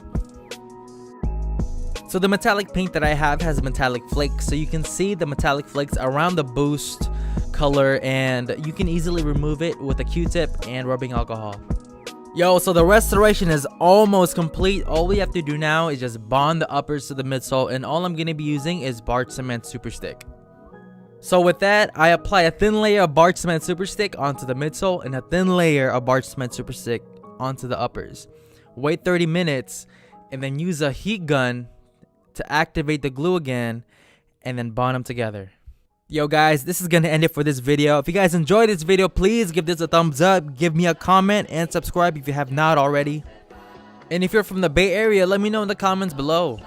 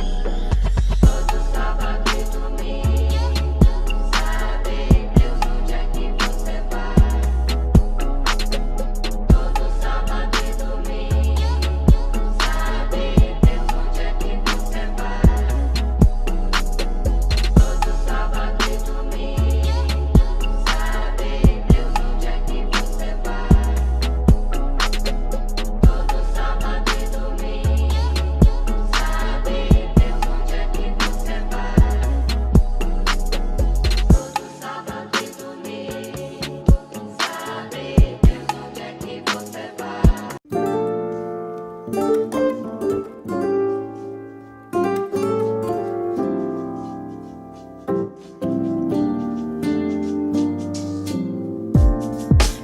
casually keep diving into concrete. Y'all just gonna stand there looking stupid or y'all ready to order? I'll have the steak smothered in onions, a rack of ribs, pasta with extra garlic, French fries with lots of vinegar, and a side of onion rings with lots of sauerkraut. Excuse me? So, we don't got none of that dumb shit. We got Sando combos. Bruh, it's been 30 minutes and she hasn't taken a single whiff of this hot boy sandwich. Is she vegan? Like, did I mess up taking her to a chicken spot when she's vegan or something? Should we go outside to feed her grass or what? I'm so starving that I can't even listen right now. So I'm just gonna nod my head up and down. Just like that. You like that? Yup. Alright, can you please just take a bite of that sandwich? I've never had so much fun on a date before. This guy's got the whole package. He can speak Kapampangan, has the body of Arnold Schwarzenegger, and makes the best sinigang. I want to see what that mouth do. John, you have some sauce near your lips. Wait, let me get that for you. Girl, if you want to kiss me, go right on ahead. I ain't gonna stop you. Oh great, my spidey senses are tingling at the perfect time. Now I gotta bounce and rescue this pair of shoes. Hey, what's up y'all? Before we find shoes from Jurassic Park, I want to give a big shout out to our sponsor, Trade Coffee. Trade Coffee partners with 50 of the nation's best roasters and features over 400 different types of ethically sourced coffee. That's a lot of choices, so they created a quiz that allows you to find the best cup of coffee for your taste and brewing needs. I took the quiz earlier and Trade sent me my perfect match called La Bicicleta, which means bicycle for you non-Españols. I like my women how I like my coffee. Dark and naturally sweet. I like mine a little bit floral, fruity, and you know the earthiness is really good. And you know it's good enough for me. I don't have to add any creamers or sugars, so I just take it straight up. So I don't add any unnecessary sugars in my body. You know, it's hot. But to sweeten the deal even more, Trade is offering the first 100 people 30% off who click on the link below and save on your first bag. 30%. So click on the link down below to take the quiz and treat yourself with some amazing coffee to kick off 2020 and see which has the best coffee. I was taking a stroll a couple of hours away from where I live and I stumbled upon these shoes. I like to dig around just to see what treasures I can find, and I find a couple of shoes underneath this rock. And yes, you are correct, this is called a sedimentary rock. After finding these shoes, I quickly jog home and see how much these guys are worth and see if I could resell them. Hey, what's good you guys? It's John Manalo and I'm gonna try and see what kind of shoes these guys are and hopefully bring these guys back to life. And so far so good. I don't really see anything crawling or slithering around the shoes, so I think that's a pretty good sign so far. Alright, wait, hold on. My mind better be playing tricks on me because I know that ain't no damn bug on the shoes again. Okay, maybe I was tripping. I'm pretty sure we're in the clear. Yo, see, there was one. I thought I was tripping. For some reason, all of the shoes that I find, there's a living creature inside of the shoes. Okay, I'm just gonna shake the shoes up vigorously just to make sure there's really nothing inside. Okay, we got one. Oh, okay, we got two. I wonder what they were doing in there. Okay, so we got the two. Wait a minute. We got 3, 4, 5. 5 cockroaches. 6. What the? Where are these guys? 7. Where are these guys coming from? Alright, I'm just gonna be right back. I'm gonna go to the store and get some raid. Alright, y'all. I just got back from Pack and Save. Time to. God damn! This cockroach must be Filipino, because ain't no way this cockroach has this many cousins. Alright, I'm just gonna put them outside and give them each a $1 bill and hope for the best for them. Alright, you guys, I'm gonna check these shoes thoroughly because I want to make sure that there's nothing else living inside of the shoes. And if that doesn't work, I'm gonna post an eviction notice so that these guys will get the idea. Alright guys, looks like it worked. Now that we got all the bugs out of the shoes, now it's time to clean them. Alright y'all, now it's time to clean the shoes, and I'll be using Rejuvenator to clean the shoes. You can use the coupon code Manalo for an additional 10% off your purchase. I recommend getting the 4-ounce 3-brush shoe cleaning kit. This brush kit will help you tackle different types of shoes that you might have, whether it's suede, Durabuck, leather, patent leather. It'll tackle everything perfectly. So I'm going to be separating the rubber sole from the uppers, since we are going to be sole swapping it, because the rubber tread is non-existent anymore. Yo, I looked up how much the shoes are worth, and ting tang, walla walla bing bang, they cost so much. You know what would be bananas if I try to sell these on StockX and they'd pass as a brand new pair. And so these are going to be my donors. Everyone knows that I'm the best sneaker restorer on YouTube and in the world, so by having this clout, I have magical powers that automatically remove donors for me. Alright, if you compare the original Uncle sole to the new donor sole, you can see that it doesn't have a full length foam. It only cuts in half. So I guess Nike's just trying to cut weight and save money there. I just got word that if you don't subscribe to my YouTube channel, all of those cockroaches in the video will go straight to your house. And make sure to click on the bell. Alright, so once you do that, you're now safe. So right now I'm sanding down the midsole so the uppers will bond properly to the midsole. Alright guys, now it's very important to use a Dremel tool to remove any of the factory glue that is still on the uppers. So we want a perfect bond on the soles that we are regluing. But you know, safety first. I know there's a lot of shrapnel and a lot of dust coming out, so I want to protect you, the viewer, from all of this, so I'm gonna put a mask on you guys. Now we're just gonna continue removing all of that factory glue that is left on the upper, and we are gonna do the same thing for the rubber sole. So for the 1 millionth time that I've said this, we want to remove the factory glue because it'll make our reglues last a whole lot longer. And for some reason, while I was doing this, it just made me hungry. I don't know what was going through my head, but doing that just made me think of a dessert. So now it's time to bond the shoes together. So now it's time to apply the adhesive on the rubber sole and on the upper material. Now you just want to push the glue around, just like how you push each other's buttons in a relationship. Just want to make sure that you get them in every crevice evenly. Now we're going to do the same thing to the upper material.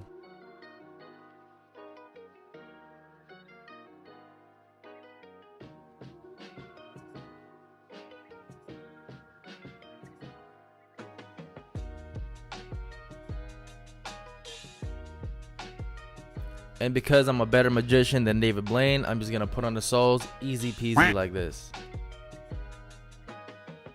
The soles are finally bonded onto the upper material, so now it's time to re-dye that suede and paint the leather back to black. And I'm gonna be using Angelus Durex pink suede dye. If you guys want to buy leather paints and leather dyes, go down in my description below and there'll be a link for you to access their website. Now because there is black paint on the suede, it's not thread, the paint will overlap the black material or the black paint on the suede, so it's better to do this, man, I can't talk right now, it's better to do this free-handed, so then you can avoid having excess paint onto the black material because it will look chalky. Now I'm gonna show you what I mean by the chalkiness on the black material. So I don't know what it is with this pink dye. It's not like any other dyes that I've worked with from Angelus. It kind of has, I feel like they put white paint or something because to make it that white chalky look. So that's what's happening with the black material. So in order for me to remove majority of it, I just take a Q-tip and just wipe it off. Now to make the soles look as original as possible, I will be painting that white foam at the bottom of the rubber sole that is black back to white, and I'm also going to be painting the leather a flat black.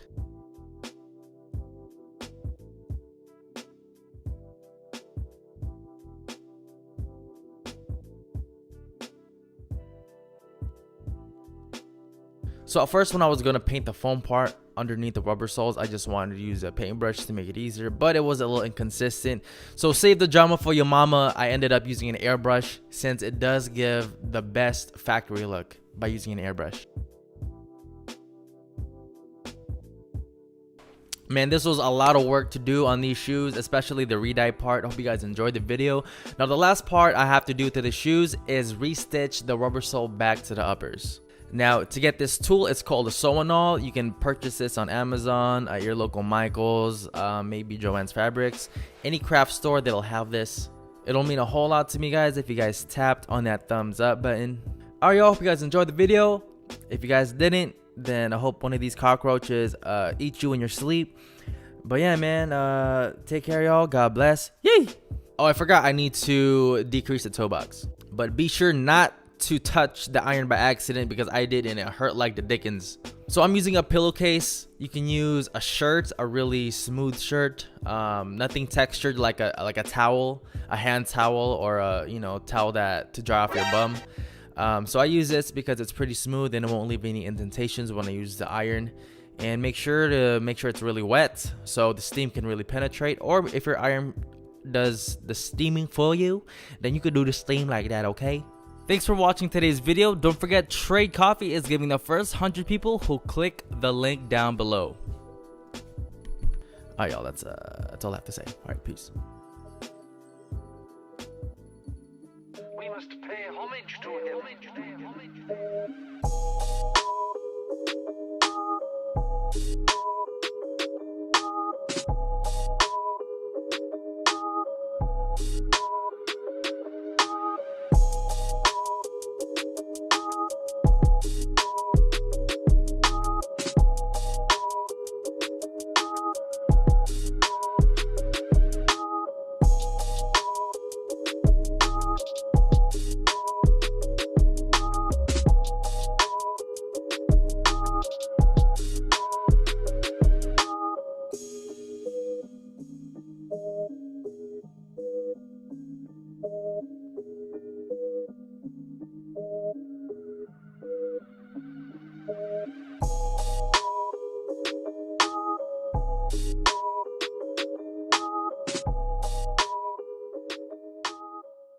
Hey yo, what's up you guys? It's John Manolo. If you guys enjoyed this video, please give this video a thumbs up. Not only will that thumb be blue, but it'll also help me reach other people that want to see these types of videos as well.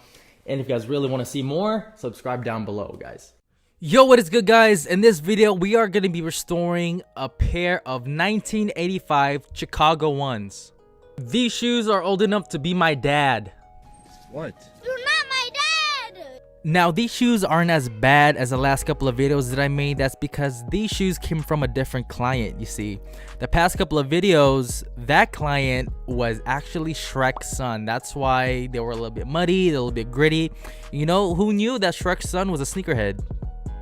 Alright guys, so I want to give a shout out to Naskai for letting me use their beats in this video. The beats are pretty dope. It's the beat that is playing right now. It sounds sick, so if you guys want to listen more, go in the description below and check out their Spotify. Alright, now to go back in the restoration, these need a sole deoxidation, a repaint on the upper leather, a whitening on the tongue, and a brand new swoosh. So what I'm doing right now is applying antimicrobial dish soap onto the uppers. Right now, I'm not worried about the leather drying out because we will replenish the leather back once we're done using the dish soap. This is just to make sure that the bacteria, whatever's on the shoes, will be gone. So now that we've disinfected the shoes, we're gonna apply a little bit more moisture in the leather by using Lexol Leather Deep Cleaner. Alright guys, bear with me. This is gonna look a little crazy that I'm doing this, that I'm submerging these shoes in water, but trust me, I did it to my pair. When I got them from eBay, the collar was crunchy, the leather was stiff as a bone. And so what I did back when I was still with Air Legends, I soaked them in Air Legends cleaner and in water. And before you know it, the leather was a little bit more plush, it was a little bit more pliable. And right now, it's gonna sound so crazy, but I'm massaging the leather so it'll be more flexible. So now that the shoes have been deep cleaned, we're gonna remove the stains that are still on the tongue. Now with proper use, Clorox is beneficial and will help you whiten certain material on shoes. Not all material, but certain materials. Alright, check this guys. The reason why when you apply bleach on certain material and it turns yellow is because that material is not a natural fabric. It is artificially dyed white. So what the bleach does, it removes that white dye and exposes the natural color. So for the synthetic material that has been dyed blue, which is Cordura mesh that is on the Jordan 11 uppers and the Prime Knit on the Ultra Boost, you have to apply blue laundry detergent and then leave them outside because you need the UV rays to whiten the fabric. See, a lot of people are doing my methods by using blue laundry detergent, but the secret ingredient is the sun, or if you have a machine that emits UVB rays. That's the only way. Just the laundry detergent ain't gonna cut it. Alright guys, so now we're gonna whiten the midsole by using Retro Bright. So Retro Bright is pretty much 3% hydrogen peroxide, cornstarch or flour, and a color safe oxygenated bleach. It's not the same as Clorox. Clorox is a chlorine bleach. We're using oxygenated bleach. Alright, I don't have any utensils, so I'm just gonna use my hand since it's just flour. So it looks like I'm just suboing the jar. Unfortunately guys, most men have this issue where you just prematurely and then it just gets all over the place. It's a big ass mess. Unfortunately, this is my first time that's happened to me on camera, so you live and you learn, and I'm gonna learn not to put too much of that OxyClean. Let me remind you guys that failure is the #1 teacher, so if you guys keep failing, that's one step closer to success, right? So keep failing until you succeed, until you're a master at it. So let me show you guys that all of that oxidation has risen to the top because that hydrogen peroxide has extracted all of that yellowing, and you can see the difference between the treated midsole and the non-treated midsole. Now a little bit of the paint chipped off because we deep cleaned the midsole, which isn't a problem since we are going to be repainting the uppers anyways.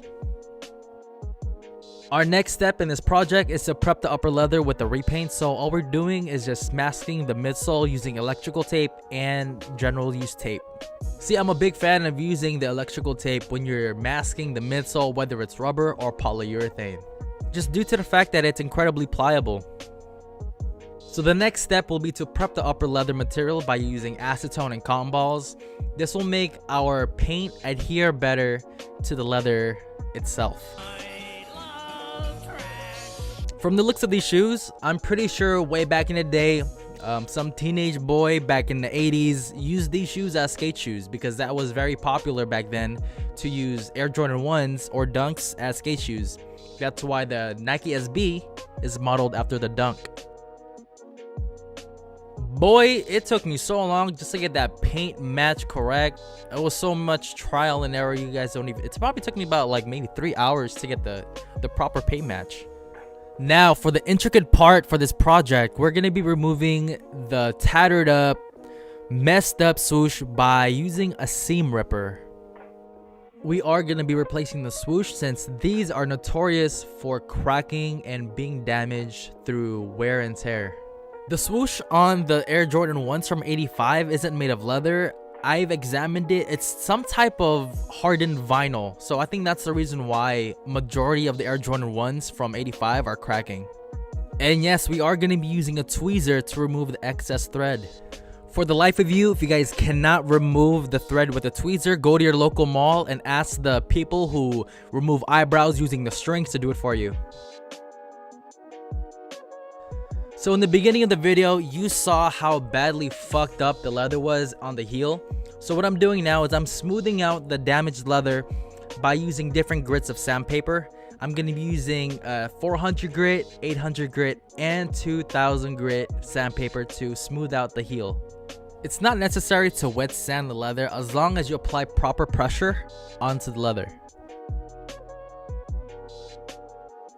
I'm also going to be sanding down the toe because there are some rough spots around the toe area. Our goal is to make the leather look as smooth as possible.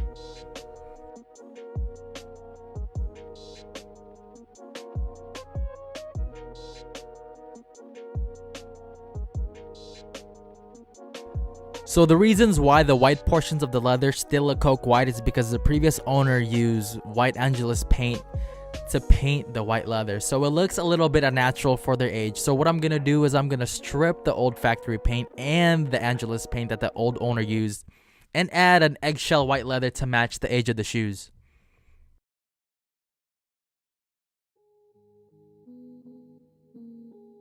Alright guys, I'm very excited for this because this is the part of the video where you see the biggest transformation, which is all of that fucked up red leather look brand new again.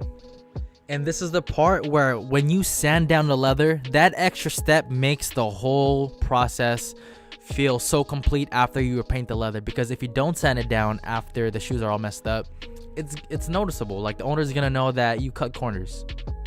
Damn, just look at that. The shoes already look brand spanking new. Is it me, but without the swoosh, don't they look like a great value Saint Laurent?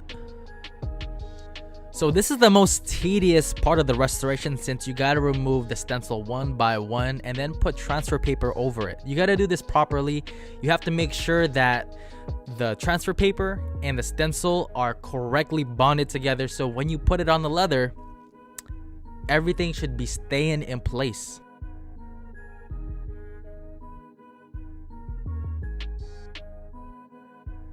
Alright, so you're seeing me move it back and forth because I'm trying to see if I'm aligning it properly. The last thing I want to do is making it look like a great value Air Jordan 1.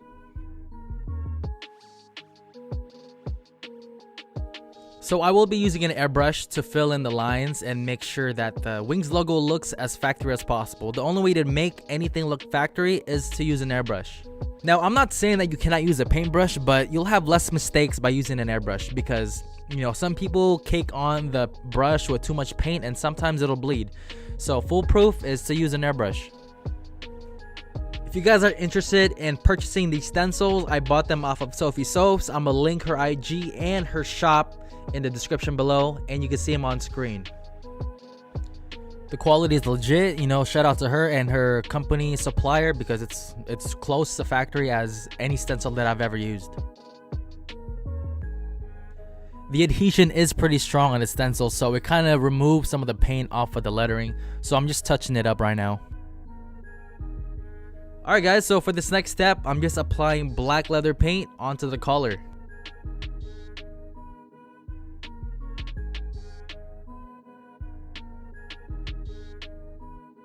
So these Cyber Monday low top ones are gonna be our swoosh donors, and I'm gonna be doing the same process that I've done by removing the swoosh with a what is it called again? Now we're just gonna glue the swooshes in place, and after that we are done. So to do this step, we're just gonna apply adhesive to the leather and the swoosh. We're gonna let it cure for about 10 minutes, then we're gonna reactivate the adhesive by using a blow dryer.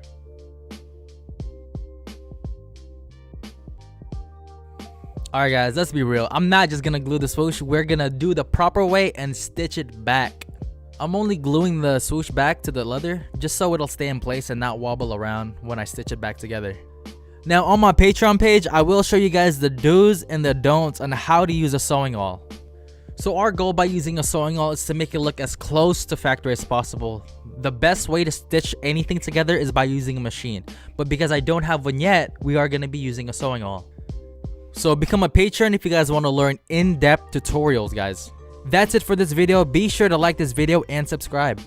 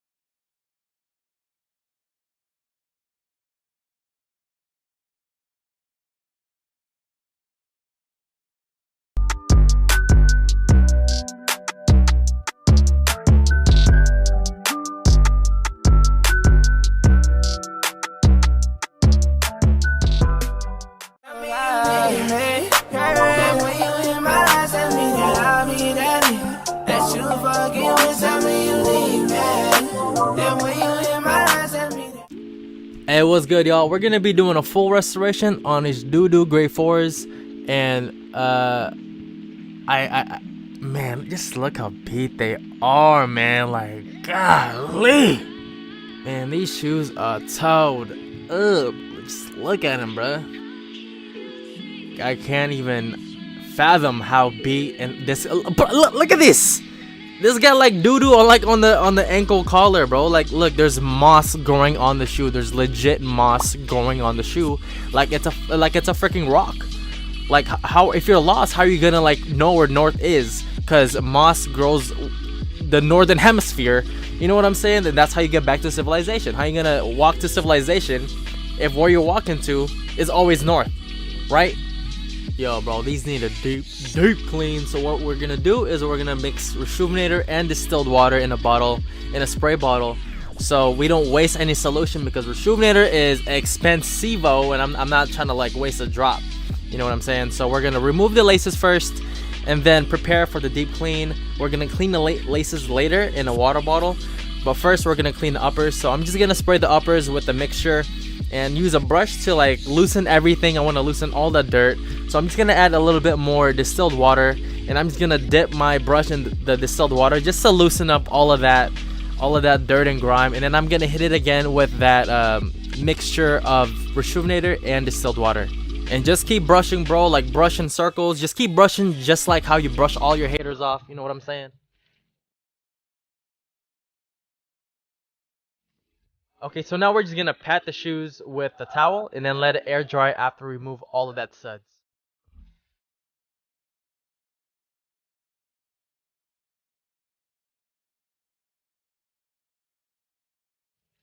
All I'm doing now is I'm gonna finish off the other shoe by deep cleaning it and then patting it dry after I'm finished.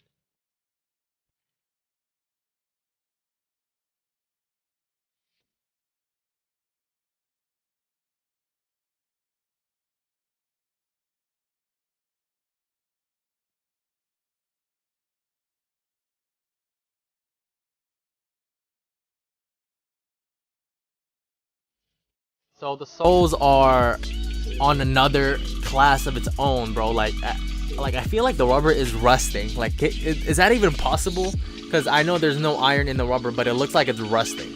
That's how bad they are. So we're gonna, instead of using soap and water, we're gonna use sole sauce to deep clean the rubber sole, to lift up all the stains and also whiten the rubber at the same time. So after applying the sole sauce, we're just gonna leave them out in the sun.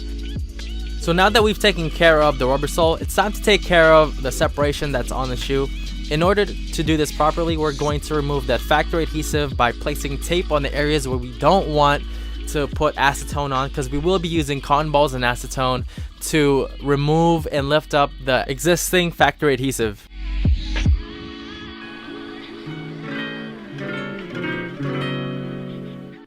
Now, to make this process a little faster, I'm going to be using a heat gun to melt the adhesive so my acetone can eat up the factory adhesive a lot better. You already know what it is. I'm going to be using Bart Cement Super Stick, the best glue to sole swap and to fix any separations. And I'm going to be using a Q-tip for these small areas. I don't need no brush since it is only a quick touch-up.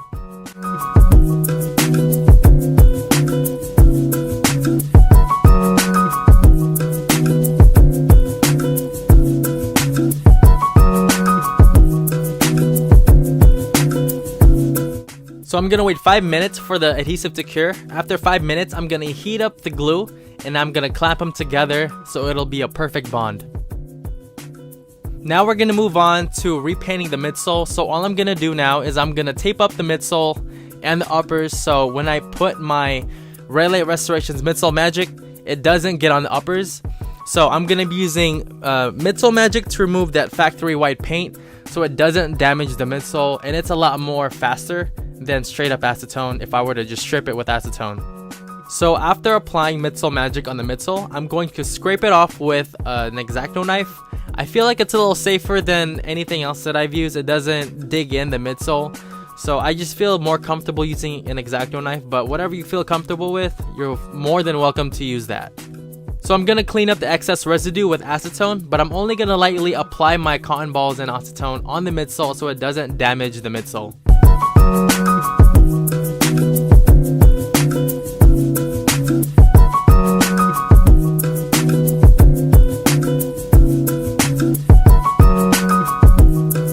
our next step is to repaint the midsole, but first we're gonna retape the midsole because what we did to remove the midsole paint damaged the existing tape.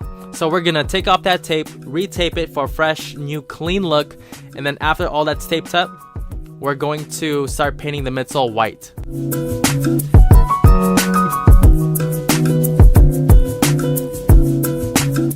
I've added saran wrap on the uppers just to give it a little bit extra protection, just to ensure that my clumsy ass doesn't get anything on the uppers while I'm repainting them.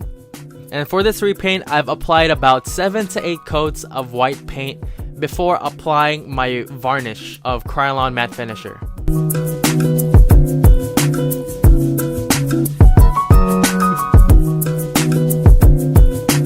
You can see that this process is taking me a little longer than it normally does because the midsole isn't really quite adapted to the paint that I'm using, so I have to use more coats of white in order for me to not see through the paint. So now that we finished repainting the midsole, we're going to apply a varnish on the midsole to give it that factory look.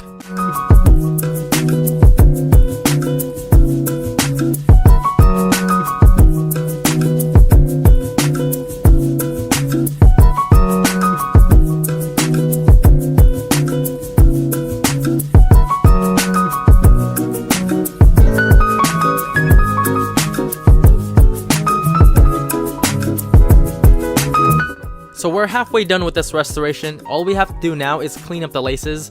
All I'm doing is I'm gonna put them in bottled water, put water inside. It doesn't matter if it's distilled or not. You can use tap water. And I'm gonna be putting laundry detergent in there to really loosen up all that dirt and grime and then shake it all up. And after it's been shaken up, I'm just gonna rinse it with water to further remove the dirt and grime that is embedded within the fabric.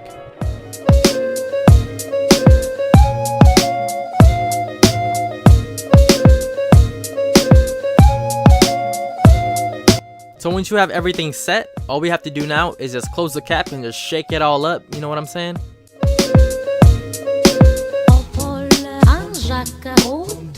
So we've let the mixture sit for about a couple of hours and you can see how dirty that water is. You can see the sediments going all the way down and just sitting there. I'm not sure if it's picking it up, but it's all the way at the bottom. And all I'm gonna do is just take all that water out of the bottle and I'm gonna rinse it with water and then just put it back on the shoe.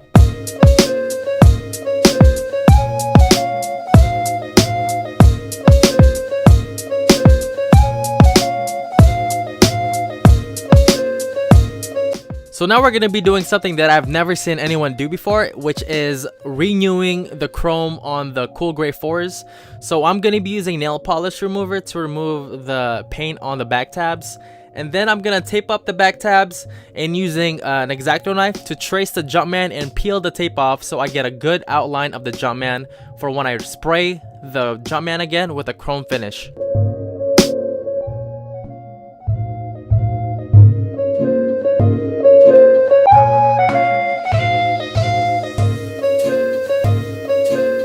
So I'm using a clear tape for an obvious reason where I don't cut through the Jumpman by accident. At least I know where the outline is and I can avoid damaging the Jumpman by doing this.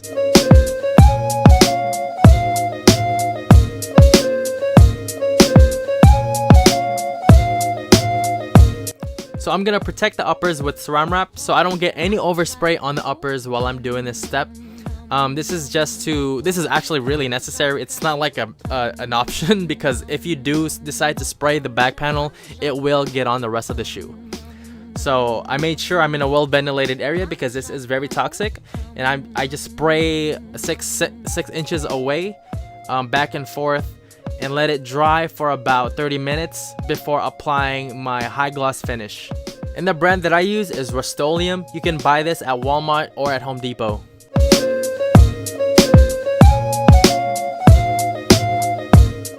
So the last thing I need to do, which I almost forgot, is to decrease the toe box. So all I'm using is an iron, a wet t-shirt, and I'm just gonna let steam do its work and flatten out the toe box.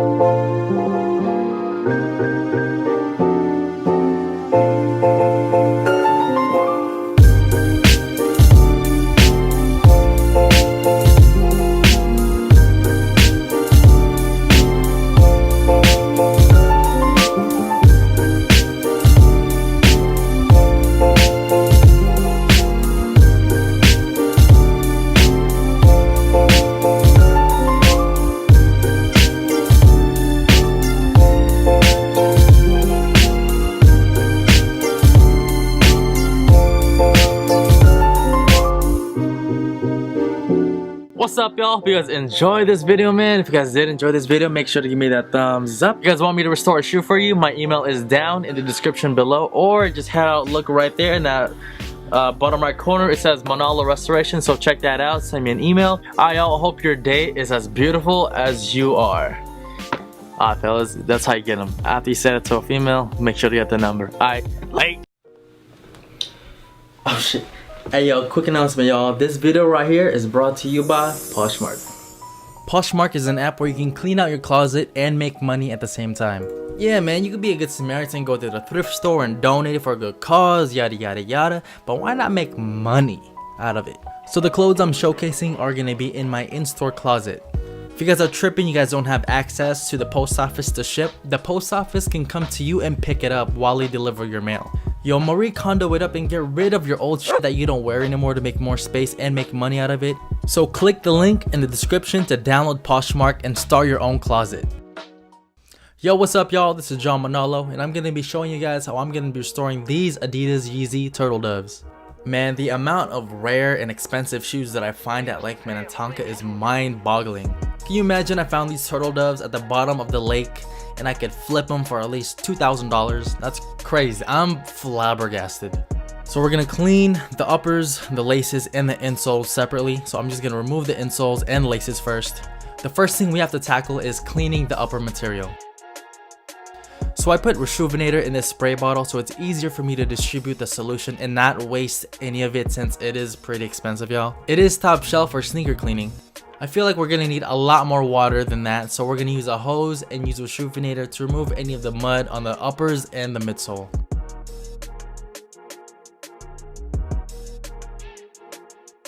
So we've basically removed majority of the dirt, but there's still dirt lingering inside of the fabric.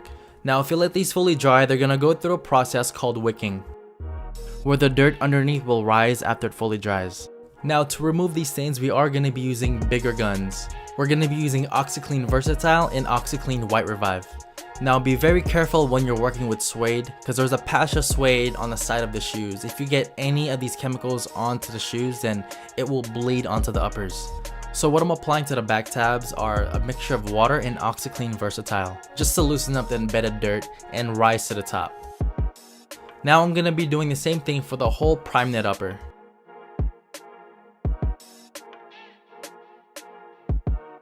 Now that we've finished with the OxiClean Versatile, we're going to be moving on to the OxiClean Laundry Detergent. This will lift up the stains that the Versatile loosened up and wash it away.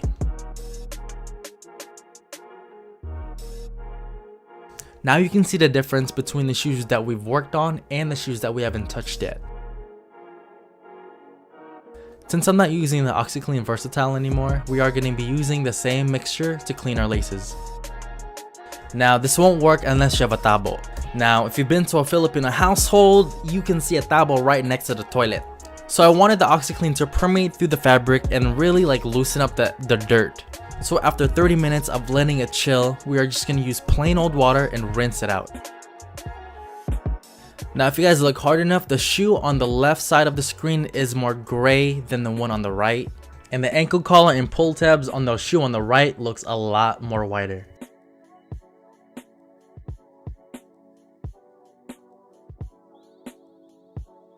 Alright guys, we're just gonna add a little bit more laundry detergent to make sure that these laces look fresh.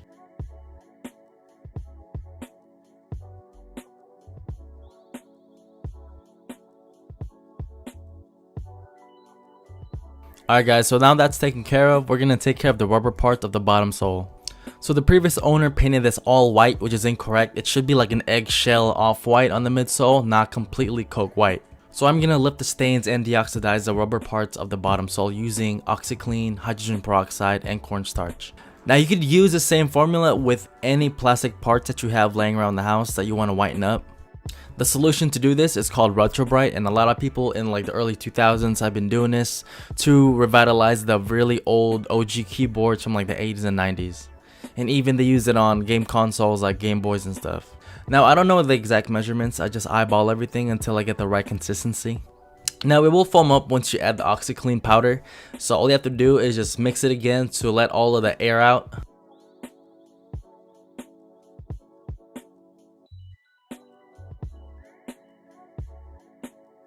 Now if you guys are tripping about if you got the right consistency or not, just ask your girl, hey, does this look similar to anything? And if she gives you that look, that means you got the right consistency. Now we're only going to target the rubber parts of the shoes and the boost to line it up. Now we are going to put it in the light box since this does emit UVB rays just like the sun. Now the boost did get a little lighter and the rubber sole looks brand new. The boost didn't get completely white because they are stained. So in order to remedy that, we are going to be painting the boost white. All we have to do now is just strip the existing factory paint on the midsoles and repaint the midsoles with our own mixture. I will be using a paint stripper to make it easier for me to remove the bottom paint on the soles. Since the midsoles are made of polyurethane, the same material that Jordans are made of that crumble, it will have a negative reaction with acetone and it will disintegrate the material. So the paint stripper will only affect the paint and not the midsoles. So after I'm done with this step, I will be using cotton balls and acetone to remove excess residue from the paint stripper.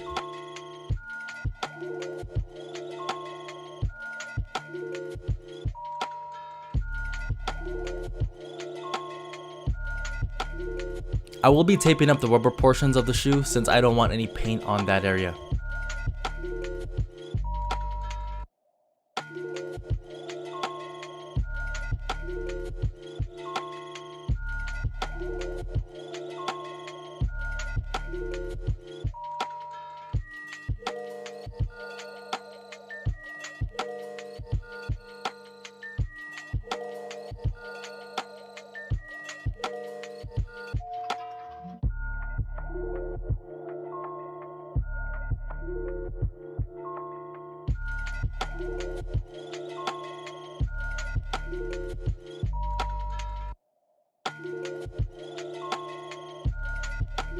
I will be airbrushing the shoe, so I will apply a saran wrap on the uppers so the paint doesn't get on the primed material.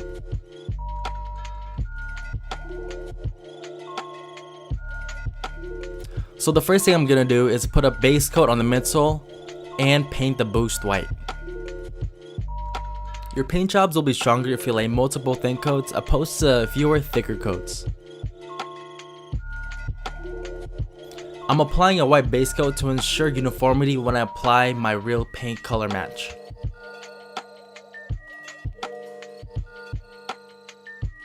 Now that the boost looks factory white, I will be covering it up with paint so I can paint the midsole to its original factory color.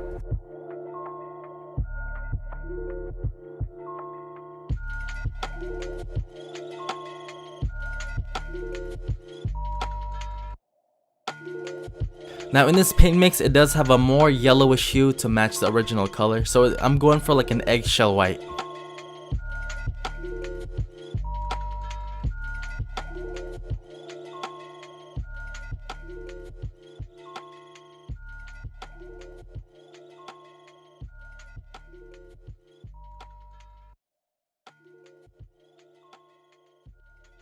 Now the last step to this is to dye the suede patch back to original black.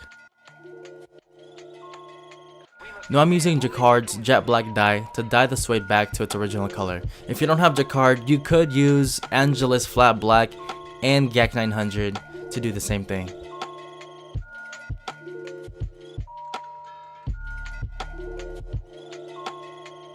Now let's not forget about the insoles. We are going to be using Rejuvenator's Laundry Detergent since it does smell hella good. Now if the whole shoe stinks, make sure to put it in the freezer to kill the bacteria off, and then that should do the trick. Now I realized I wasn't wearing gloves, so I was like, that is disgusting, so I put on some gloves. Make sure to stay strapped, guys. You don't want to catch anything, so make sure to wear some gloves while you're dealing with like people's insoles and nasty shoes. Yo, this concludes the end of the video, guys, so please remember to click on the link in the description below to download Poshmark and start your own closet. Alright, y'all, I'm out of here. Thank you for watching my videos, and God bless. Yay!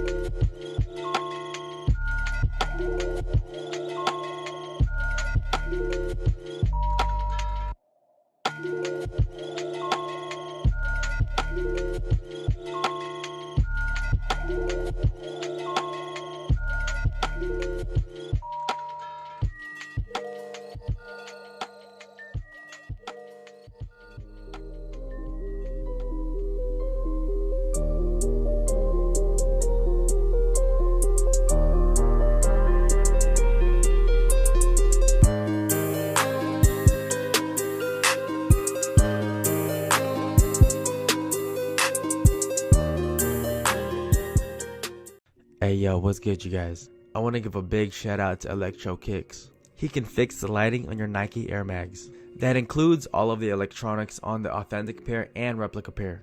He also does Air Mag customs like the photo that you see on your screen. He's also certified on 3D designing and 3D printing. Yo, check out his Instagram for more details on this giveaway. So the shoes in the giveaway come with this custom 3D printed Nike box that slides open and glows with a white swoosh. All you have to do to enter the giveaway is follow me and Electro Kicks on Instagram and tag 5 people. Be sure to follow him because he's going to be doing a lot more giveaways in the future. I'll link the link to his Instagram down below. Alright, y'all, enjoy the real restoration video. Yo, my boy gave me one of these spy pens that records everything that you see. It's tied, the company of the pen is called CIA. It's spelled CIA. Dude, I didn't even know it was recording, but thank God it did, because you wouldn't believe what I found at the park again today. So I was at the park again because some kid on the internet told me to kick rocks. So I was like, alright, fuck it, I'll kick rocks. So I started kicking these rocks, or throwing rocks. And dude, thank God this kid told me to kick rocks, because otherwise I would have never found these shoes. I think the dude's screen name was Shaquille Oatmeal 34. But yeah, guys, as I was digging, I found these shoes that look like the Air Mags. They look pretty trash, ain't it? Yo, I can't believe that there's an authentic pair of Air Mags just lying around. Alright guys, let's bring it back to the lab and see what we can do to bring them back to life. Hey, what's up you guys, it's John Manalo, and I'm going to be restoring a pair of Nike Air Mags. If you guys don't know what these shoes are, they first debuted as a prop item in Back to the Future films. Or should I say only in Back to the Future 2. So they released the shoes in 2011 in limited quantities. So the resale value on these is ridiculous. I actually have 30 pairs for myself right now. Y'all, so the first thing we're going to do is make sure that we deep clean the uppers. But I'm also going to deep clean the insoles as well. Usually you would use advanced sneaking cleaning solution. But all my projects are heavy duty. So I have to use the laundry detergent instead. So you just want to scrub it down just to loosen up the dirt. And then you're going to want to put them in the washing machine after this.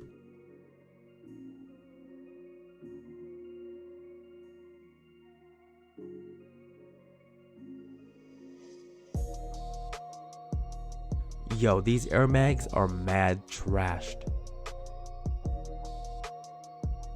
Yo, someone tell Martin McFly to go to Reshoevnator.com right now and order some cleaning products and use the rep code Manalo for a discount. Hey yo, check it out. This plastic piece right now is oxidized, so to reverse this, I'm gonna go to Reshoevnator, my bad. We're gonna go to Rayleigh, my fault again. We're gonna go to RaleighRestorations.com to order some products to remove that oxidation. And also be sure to use my rep code Manalo for that one too. So I'm just cleaning up all of the plastic pieces on the shoes, the padding, the straps. I'm not too worried about the electronics getting messed up because my dude Electro Kicks will be replacing all of the electric components after I'm done cleaning the shoes. Now for the uppers, I want to make sure I scrub off all of the dirt on the fabric material just to loosen it up before I put it in the washing machine.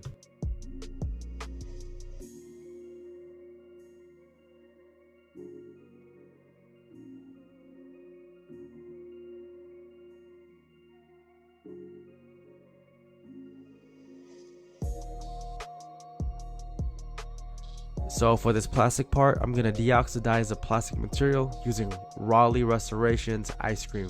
And then I put it in my magical box to make the magic happen. And also I put it in a sriracha bottle for easier application. So I'm gonna remove the icy soles on these, deoxidize them, and then re-glue them again using the same method I did on the clear plastic part on the sides.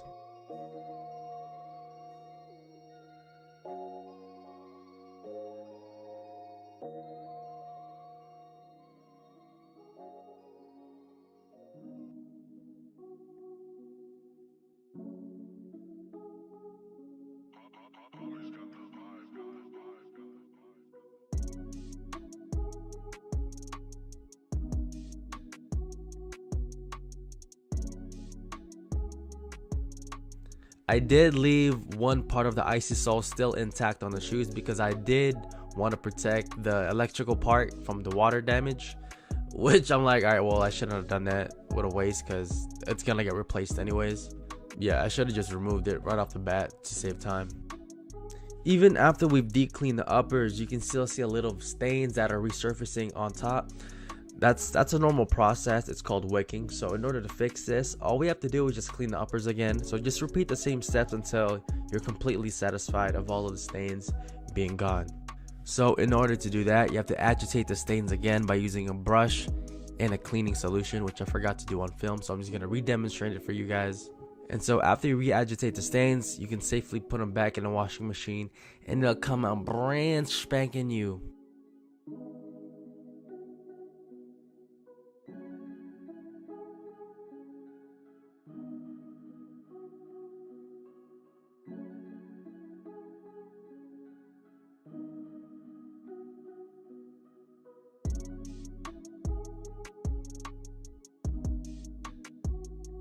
So I'm just gonna put them in the washing machine, and before I press that start button, yo, these are pretty expensive shoes, so I want to add a little bit more cushion.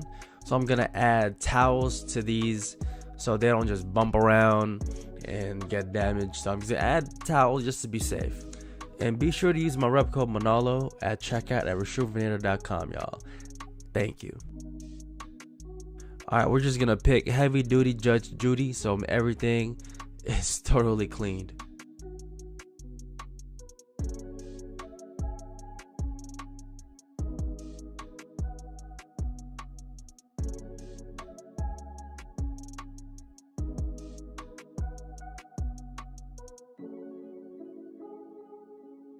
Next step is to fix the Nike Mag logo on the heel. So in order for us to do this, we have to decrease the plastic part first. It's actually made of foam, Phylon, and so what you can do is use heat to increase this material. I'm talking about Jordan 11s, Jordan 14s, Jordan 7s, Jordan 10s, anything with a Phylon midsole, Jordan 13s, I think, Jordan 12s, all of that.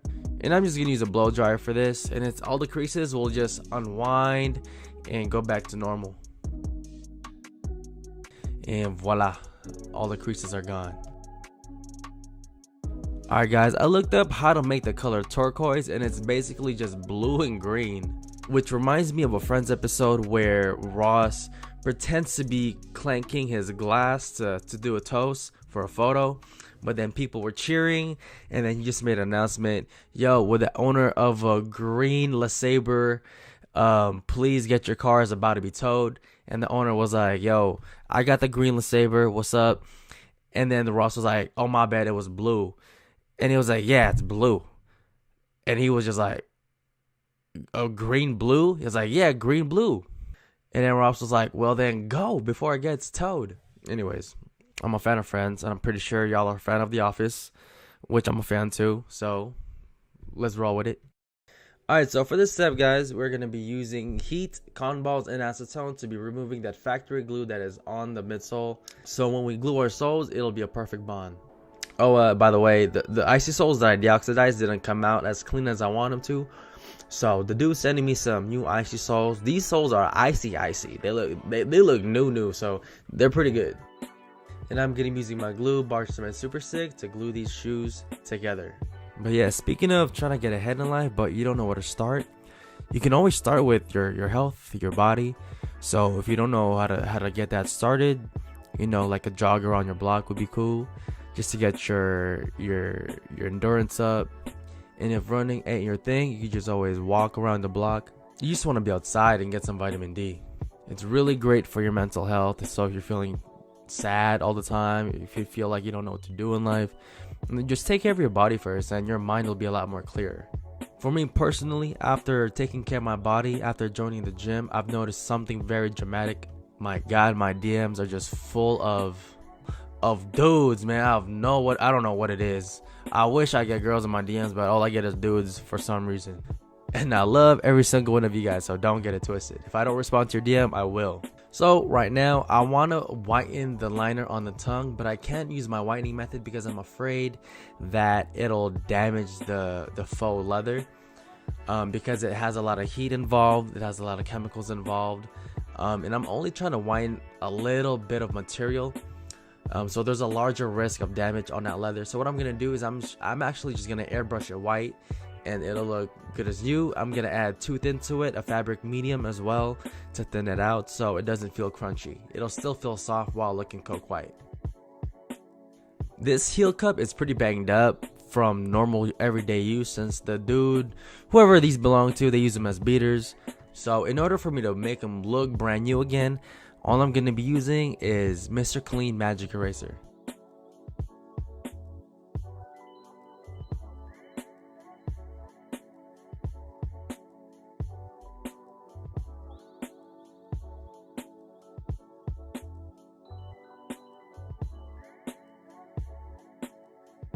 So these are pretty wrinkled as much as the Nike Mag logo. So I'm just going to use a blow dryer to remove any of the creases as much as I could.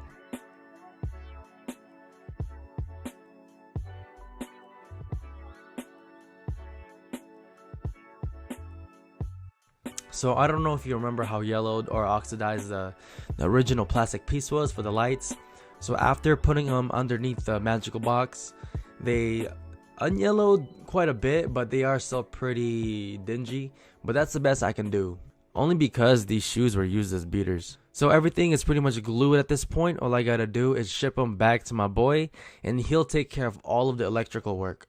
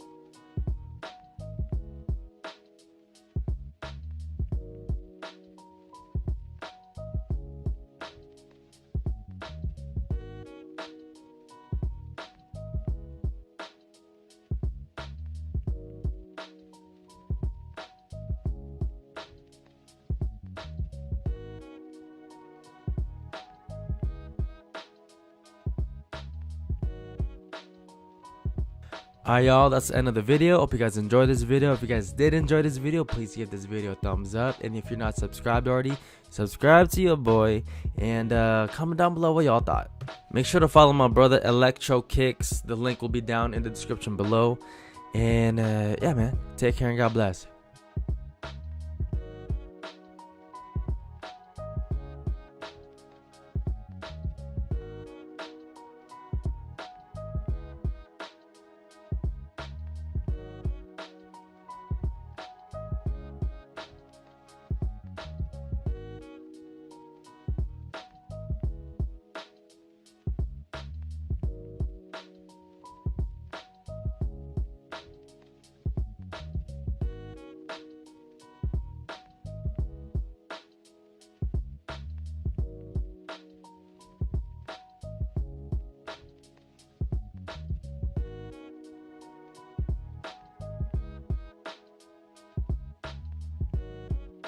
Hey yo, what's up you guys? It's John Manolo. If you guys enjoyed this video, please give this video a thumbs up. Not only will that thumb be blue, but it'll also help me reach other people that want to see these types of videos as well. And if you guys really want to see more, subscribe down below, guys. Alright, man. Yeah, let me just answer this question once and for all. I am Filipino. I eat balut. I eat dinuguan. I suck the bone marrow off of the nilaga, the bululu, whatever. I'm Kapampangan. Tanay Dana, Sus Mariosep, Ali kami Delu. So yeah, man. Yeah, I'll see you in the next video. Peace. Hey, what's up you guys? It's John Manalo, and I want to give a big shout out to our sponsor, Socks. Socks is a no-show pair of socks, but what sets them apart is all the other no-show socks that I've had in the past. They always tend to slip on the heel and like up to here. And you always have to like fix it. With these guys, it's really hard for it to slip. See, it's really hard for me to like fix on this dummy foot because they have this gel at the heel. It makes it very hard for the sock to come off. And so it also comes in this premium quality material. So these socks come in 8 different sizes that'll form your foot perfectly. So they're a thin pair of socks, and the way it forms on your foot, you really can't have it slip off your foot while you're wearing your shoes. So this is why I love wearing these socks. But yeah, you guys, these socks are really great. Go check them out. Go to invisisocks.com or check the link down in the description below. Alright guys, enjoy. Peace. Hey, what's up you guys? I rented out this helicopter so I could see Oahu from up above. And I wanted to do something different. I've never vlogged before, so this is my first time trying to vlog out in Hawaii. And in the corner of my eye, I see a pair of shoes. I don't know what it is, but I just had to check it out. See, I don't know what animals are native in these parts, so I just have to have my guard up. It took me about 30 seconds to hike up in the mountains. It's really hard to navigate through the terrain, especially since I'm all by myself.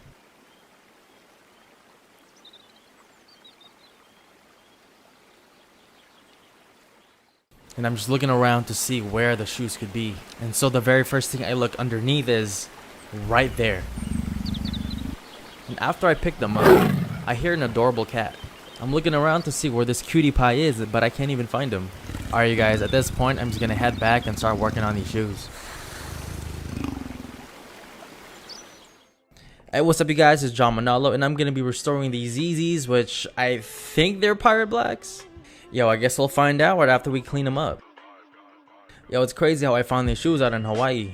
It's strange because everyone out here wears slippers, and the only people wearing shoes are tourists. Yeah guys, these shoes look pretty disgusting. So what we're gonna do first is we're gonna do a deep clean on the uppers first, do a deep clean on the laces and on the insoles. And I've had bad luck finding creatures inside the shoes, so I'm just trying to be very cautious and careful that there's nothing inside these shoes. I don't want any menehunis coming out of these shoes.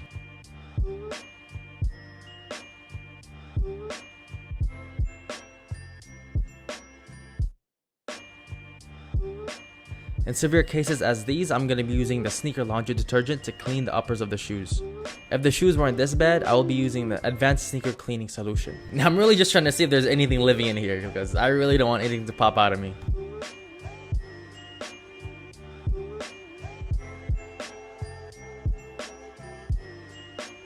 Alright, looks like the shoes are good to go. Now we're going to proceed with cleaning the uppers with the laundry detergent. Now you're going to want to fill a container with water. So you want to keep adding fresh water. Yo, what is that? Sus Mariosep, is that a snake? I'm just going to take a closer look. Holy! Yo, you guys better stop playing with me. I'm here to do a regular family fun shoe restoration. I don't need no serpents. I don't want no arachnids. I don't want none of that in these shoes, guys. Stop giving me a heart attack. In the meantime, you guys should use my rep code Manalo when you guys purchase Rejuvenator. You guys get 10% off of your entire order. So yeah, man, use rep code Manalo. Actually, this snake is kind of cute, guys. Like, I just love animals, you know. Should we name the snake Severus? What do y'all think? All right, if she wants to stay, she can stay, but she has to pay rent, you know. I'll just let her roam around, do whatever she wants to do. All right, now that Severus is out finding a job, we're gonna finally remove all the laces and do a deep clean on the uppers.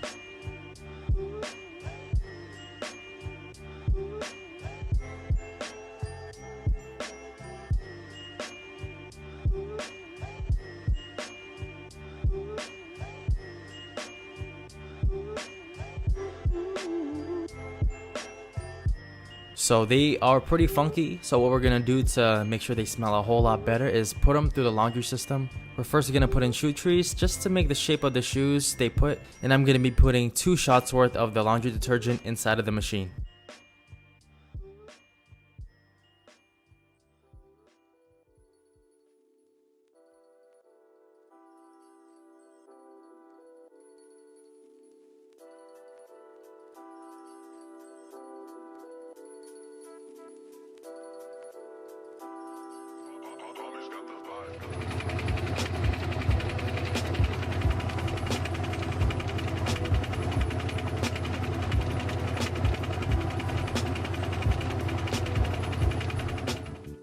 Now for the laces, we're going to put them in the water bottle with hot water and use the same laundry detergent to clean the shoes.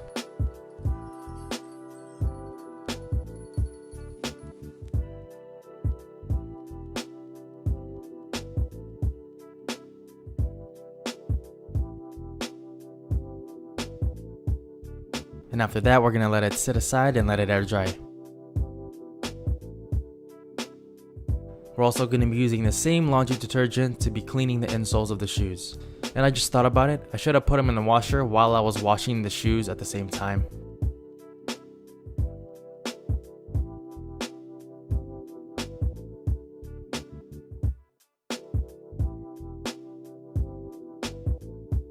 So there is a little separation spot here that we are going to fix. We're just going to tape up the areas we don't want glue on. Now to make sure we have a maximum bond, we are going to be cleaning up the areas that we are going to glue with acetone and cotton balls. So what this does is it's going to make the reglue stronger by removing any contaminants. Now I didn't show it on camera, but I did heat up the adhesive for about 20 minutes. Now what that does is it melts the glue a little bit so it'll be more fluid and mixes everything together perfectly. Now we're just going to let it cure for 10 minutes. After 10 minutes is up, we are going to reactivate the glue again with a blow dryer and then clamp it together. Yo, I know there's a lot of kids out there that look up to me. I don't know why, but thank you guys. But on a serious note, to my younger guys out there, don't be spending hella money on Supreme, Babe, Jordans, or Nikes or whatever if you can't afford it, you know what I mean? It's better to put that money in a savings account that's high yielding so your money will make more money, especially if it has compound interest. I'm just saying, if more people were smarter with their money, they wouldn't be living paycheck to paycheck and be in the rat race. Just something to think about, you guys. I recommend listening to Rich Dad Poor Dad on YouTube as the audiobook. It's free, so just pop that in while you're driving or going to school or whatever, and just expand your mind, guys. Alright, enough about that. Now we're going to continue painting the rubber soles black, but first I have to remove all of the factory paint first by using cotton balls and acetone.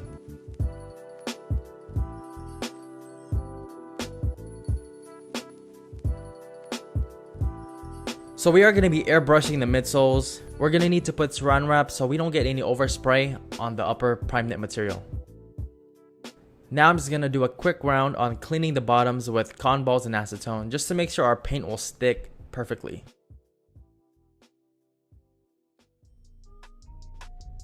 I will be applying this Bulldog adhesion promoter. I've noticed that after applying this adhesion promoter, all my repaints are lasting longer and they're more durable.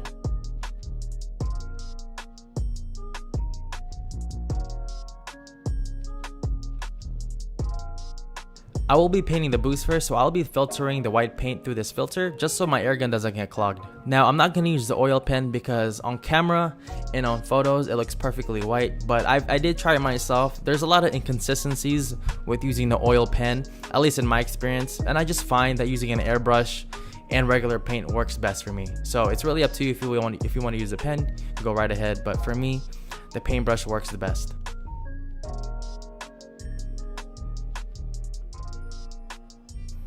Now for the best part, we're going to be repainting the midsole with black paint, flat black paint, which is also known as matte black. And we're going to follow the same procedures just so my air gun doesn't get clogged up.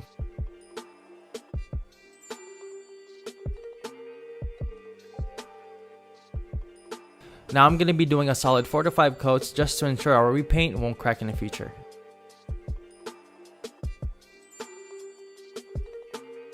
Now if you've prepped this properly, by taking off the tape, you won't peel off any paint that you've applied on the boost. That's only if you prep properly. And also guys, these say Adidas on the bottom because they are Adidas, or Adidas if you're from Germany. I feel a lot of people that are questioning why it says Adidas on the bottom only have the V2s and never own a pair of the original 350s. So it's really not your fault. But yeah, man, they they have Adidas on the bottom. Now I'm going to be using this dye to make sure that the suede patch goes back to black. And I know it's supposed to have like a green hue to it, but I like it all black. And this dye that I'm using works perfectly on icy soles if you want to change the color. So it's really strong. And I'll leave the link where you can buy this dye in the description below.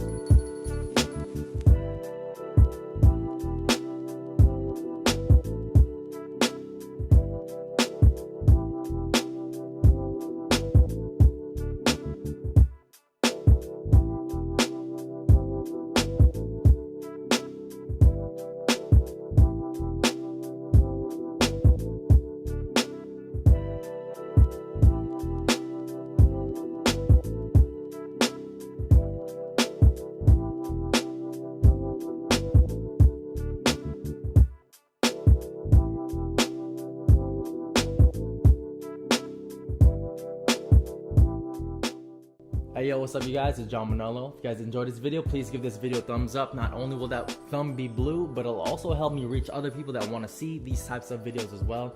And if you guys really want to see more, subscribe down below, guys. Alright, man. Yeah, let me just answer this question once and for all. I am Filipino. I eat balut. I eat dinuguang. I suck the bone marrow off of the nilaga, the bululu, whatever. I'm Kapampangan. Tanay Dana, Sus Mariosep, Ali kami Delu. So yeah, man. Yeah, I'll see you in the next video. Peace. Yo, what's good, guys? It's John Manolo, and I want to show you guys how I'm gonna be restoring these moon rocks. These shoes are lightweight, dirty. I'm not gonna lie, so we're gonna do our best to make sure they look brand spanking new. These shoes look like there was only one shoe in a small village and every rice farmer had to wear these shoes picking out the rice. That or someone just wanted to flex on a Spartan race wearing some Kanye West shoes, I guess. Weird flex, but alright. See, I don't know if this is mold or yay that's on the shoes. These might be even Tyrone Bigham shoes. I don't know, but what we do know is we have to sanitize the bejesus out of these shoes and sanitize them. Did I mention we gotta sanitize them? So to prepare for that, we're gonna need to remove the insoles away from the uppers and dump them in a bucket filled with water, cold water, and dish soap. I prefer cold water since it won't separate the shoes, since it won't melt the adhesive. Yeah, they look like my feet when I was a kid walking around Philippines without any chinelas on. So I'm just gonna fill up this magic bucket up with dish soap and cold water, mix it around, and then brush all of the dirt off, and then finish it off with laundry detergent. Supplies are limited, guys. If you guys want to buy this magic bucket, it'll be $89.99 this time since supplies are running out, and it'll take 2 or 3 years to ship out. For something of this severity, you want to do this step maybe 2 to 3 more times to rinse out the water, add brand new water in, add brand new dish soap, just so you can fully sanitize the shoes without any of the dirt remaining inside of the shoes. Now that that's done, the next step is to make the shoe smell good. So we're going to use laundry detergent on the insoles and the uppers. Not only will it smell better, but it also soften up the upper material. Now I do not recommend this step using it on leather because it will dry out the materials. So this is fine for fabric uppers. And I'm only talking about using dish soap and laundry detergent. And this is why auto detailers do not recommend using dish soap on your car to wash your car, because it'll look like it'll have eczema. Look at these bumps. You got eczema? I got what? Got eczema? If you take a closer look at these shoes, you can see that they have a different shade of gray, and I'm leaning towards the shoe on the left just because it has a nicer gray finish. So I'm gonna need to deoxidize the rubber parts of the soles, and I'm gonna be using Retrobrite for this method. All it is 3% hydrogen peroxide, cornstarch, and an activator, which I'm using, and it is OxyClean, the powder form. So the consistency of the Retrobrite should be familiar to all girls. So we're just gonna apply it on the rubber soles and on the boost to wind it up a bit. So the reason why I'm not using sole sauce is, yes, it will wind it up, but it'll turn yellow just as fast, and it's not even worth it, and you'll lose traction. So with this, it's a little bit softer formula, and it'll do the same job without it yellowing faster and having the traction to go away.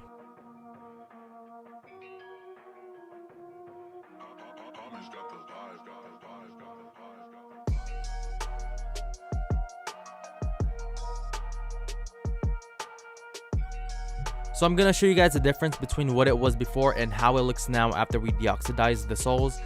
You can see a tremendous difference just by deoxidizing the soles and cleaning them with a wire brush. So this is going to be the last and final step, but first we have to remove the factory paint. So all we have to do is just tape up the uppers and use saran wrap to cover up the upper material.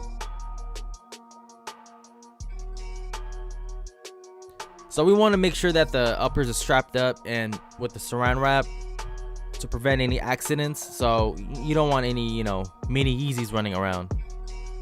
So before we begin airbrushing the uppers, we want to cover up the boost material and the rubber parts of the soles. So all my paint products from Angelus Direct, so if you want to buy your paints, you can go there. And for the love of Gouda cheese, please do not use that oil pen from Sharpie. And the crazy thing is, you're not really whitening it, you're just masking all of the yellowing from the boost and all of the dirt on the boost. There's just more cons than pros when you're doing this method. I mean, for one, it'll make it whiter, but it's not going to look professionally done. I mean, for $6, it's a super cheap fix, but if you just want it white, just to look good from afar, then you could use that method. But professionally done, look good up close, I think airbrushing it is the way to go. Alright, now to make it look fresh like Trap Money Benny, we're going to be applying that Moonrock Gray. And to help adhere to the midsole, we're going to use Bulldog Adhesion Promoter. I'm just testing this out firsthand right now to see if it'll make the paint crack less. So I'll update you guys in a future video, but for now, this is just a tester. So if it helps, then I'll let you guys know. So this is pretty much the whole restoration. If you guys enjoyed this video, please give me a thumbs up, give it a like, and comment down below. And if you want this done to your shoes, send me an email down below. Not for real, but if you fuck with this video, give it a thumbs up.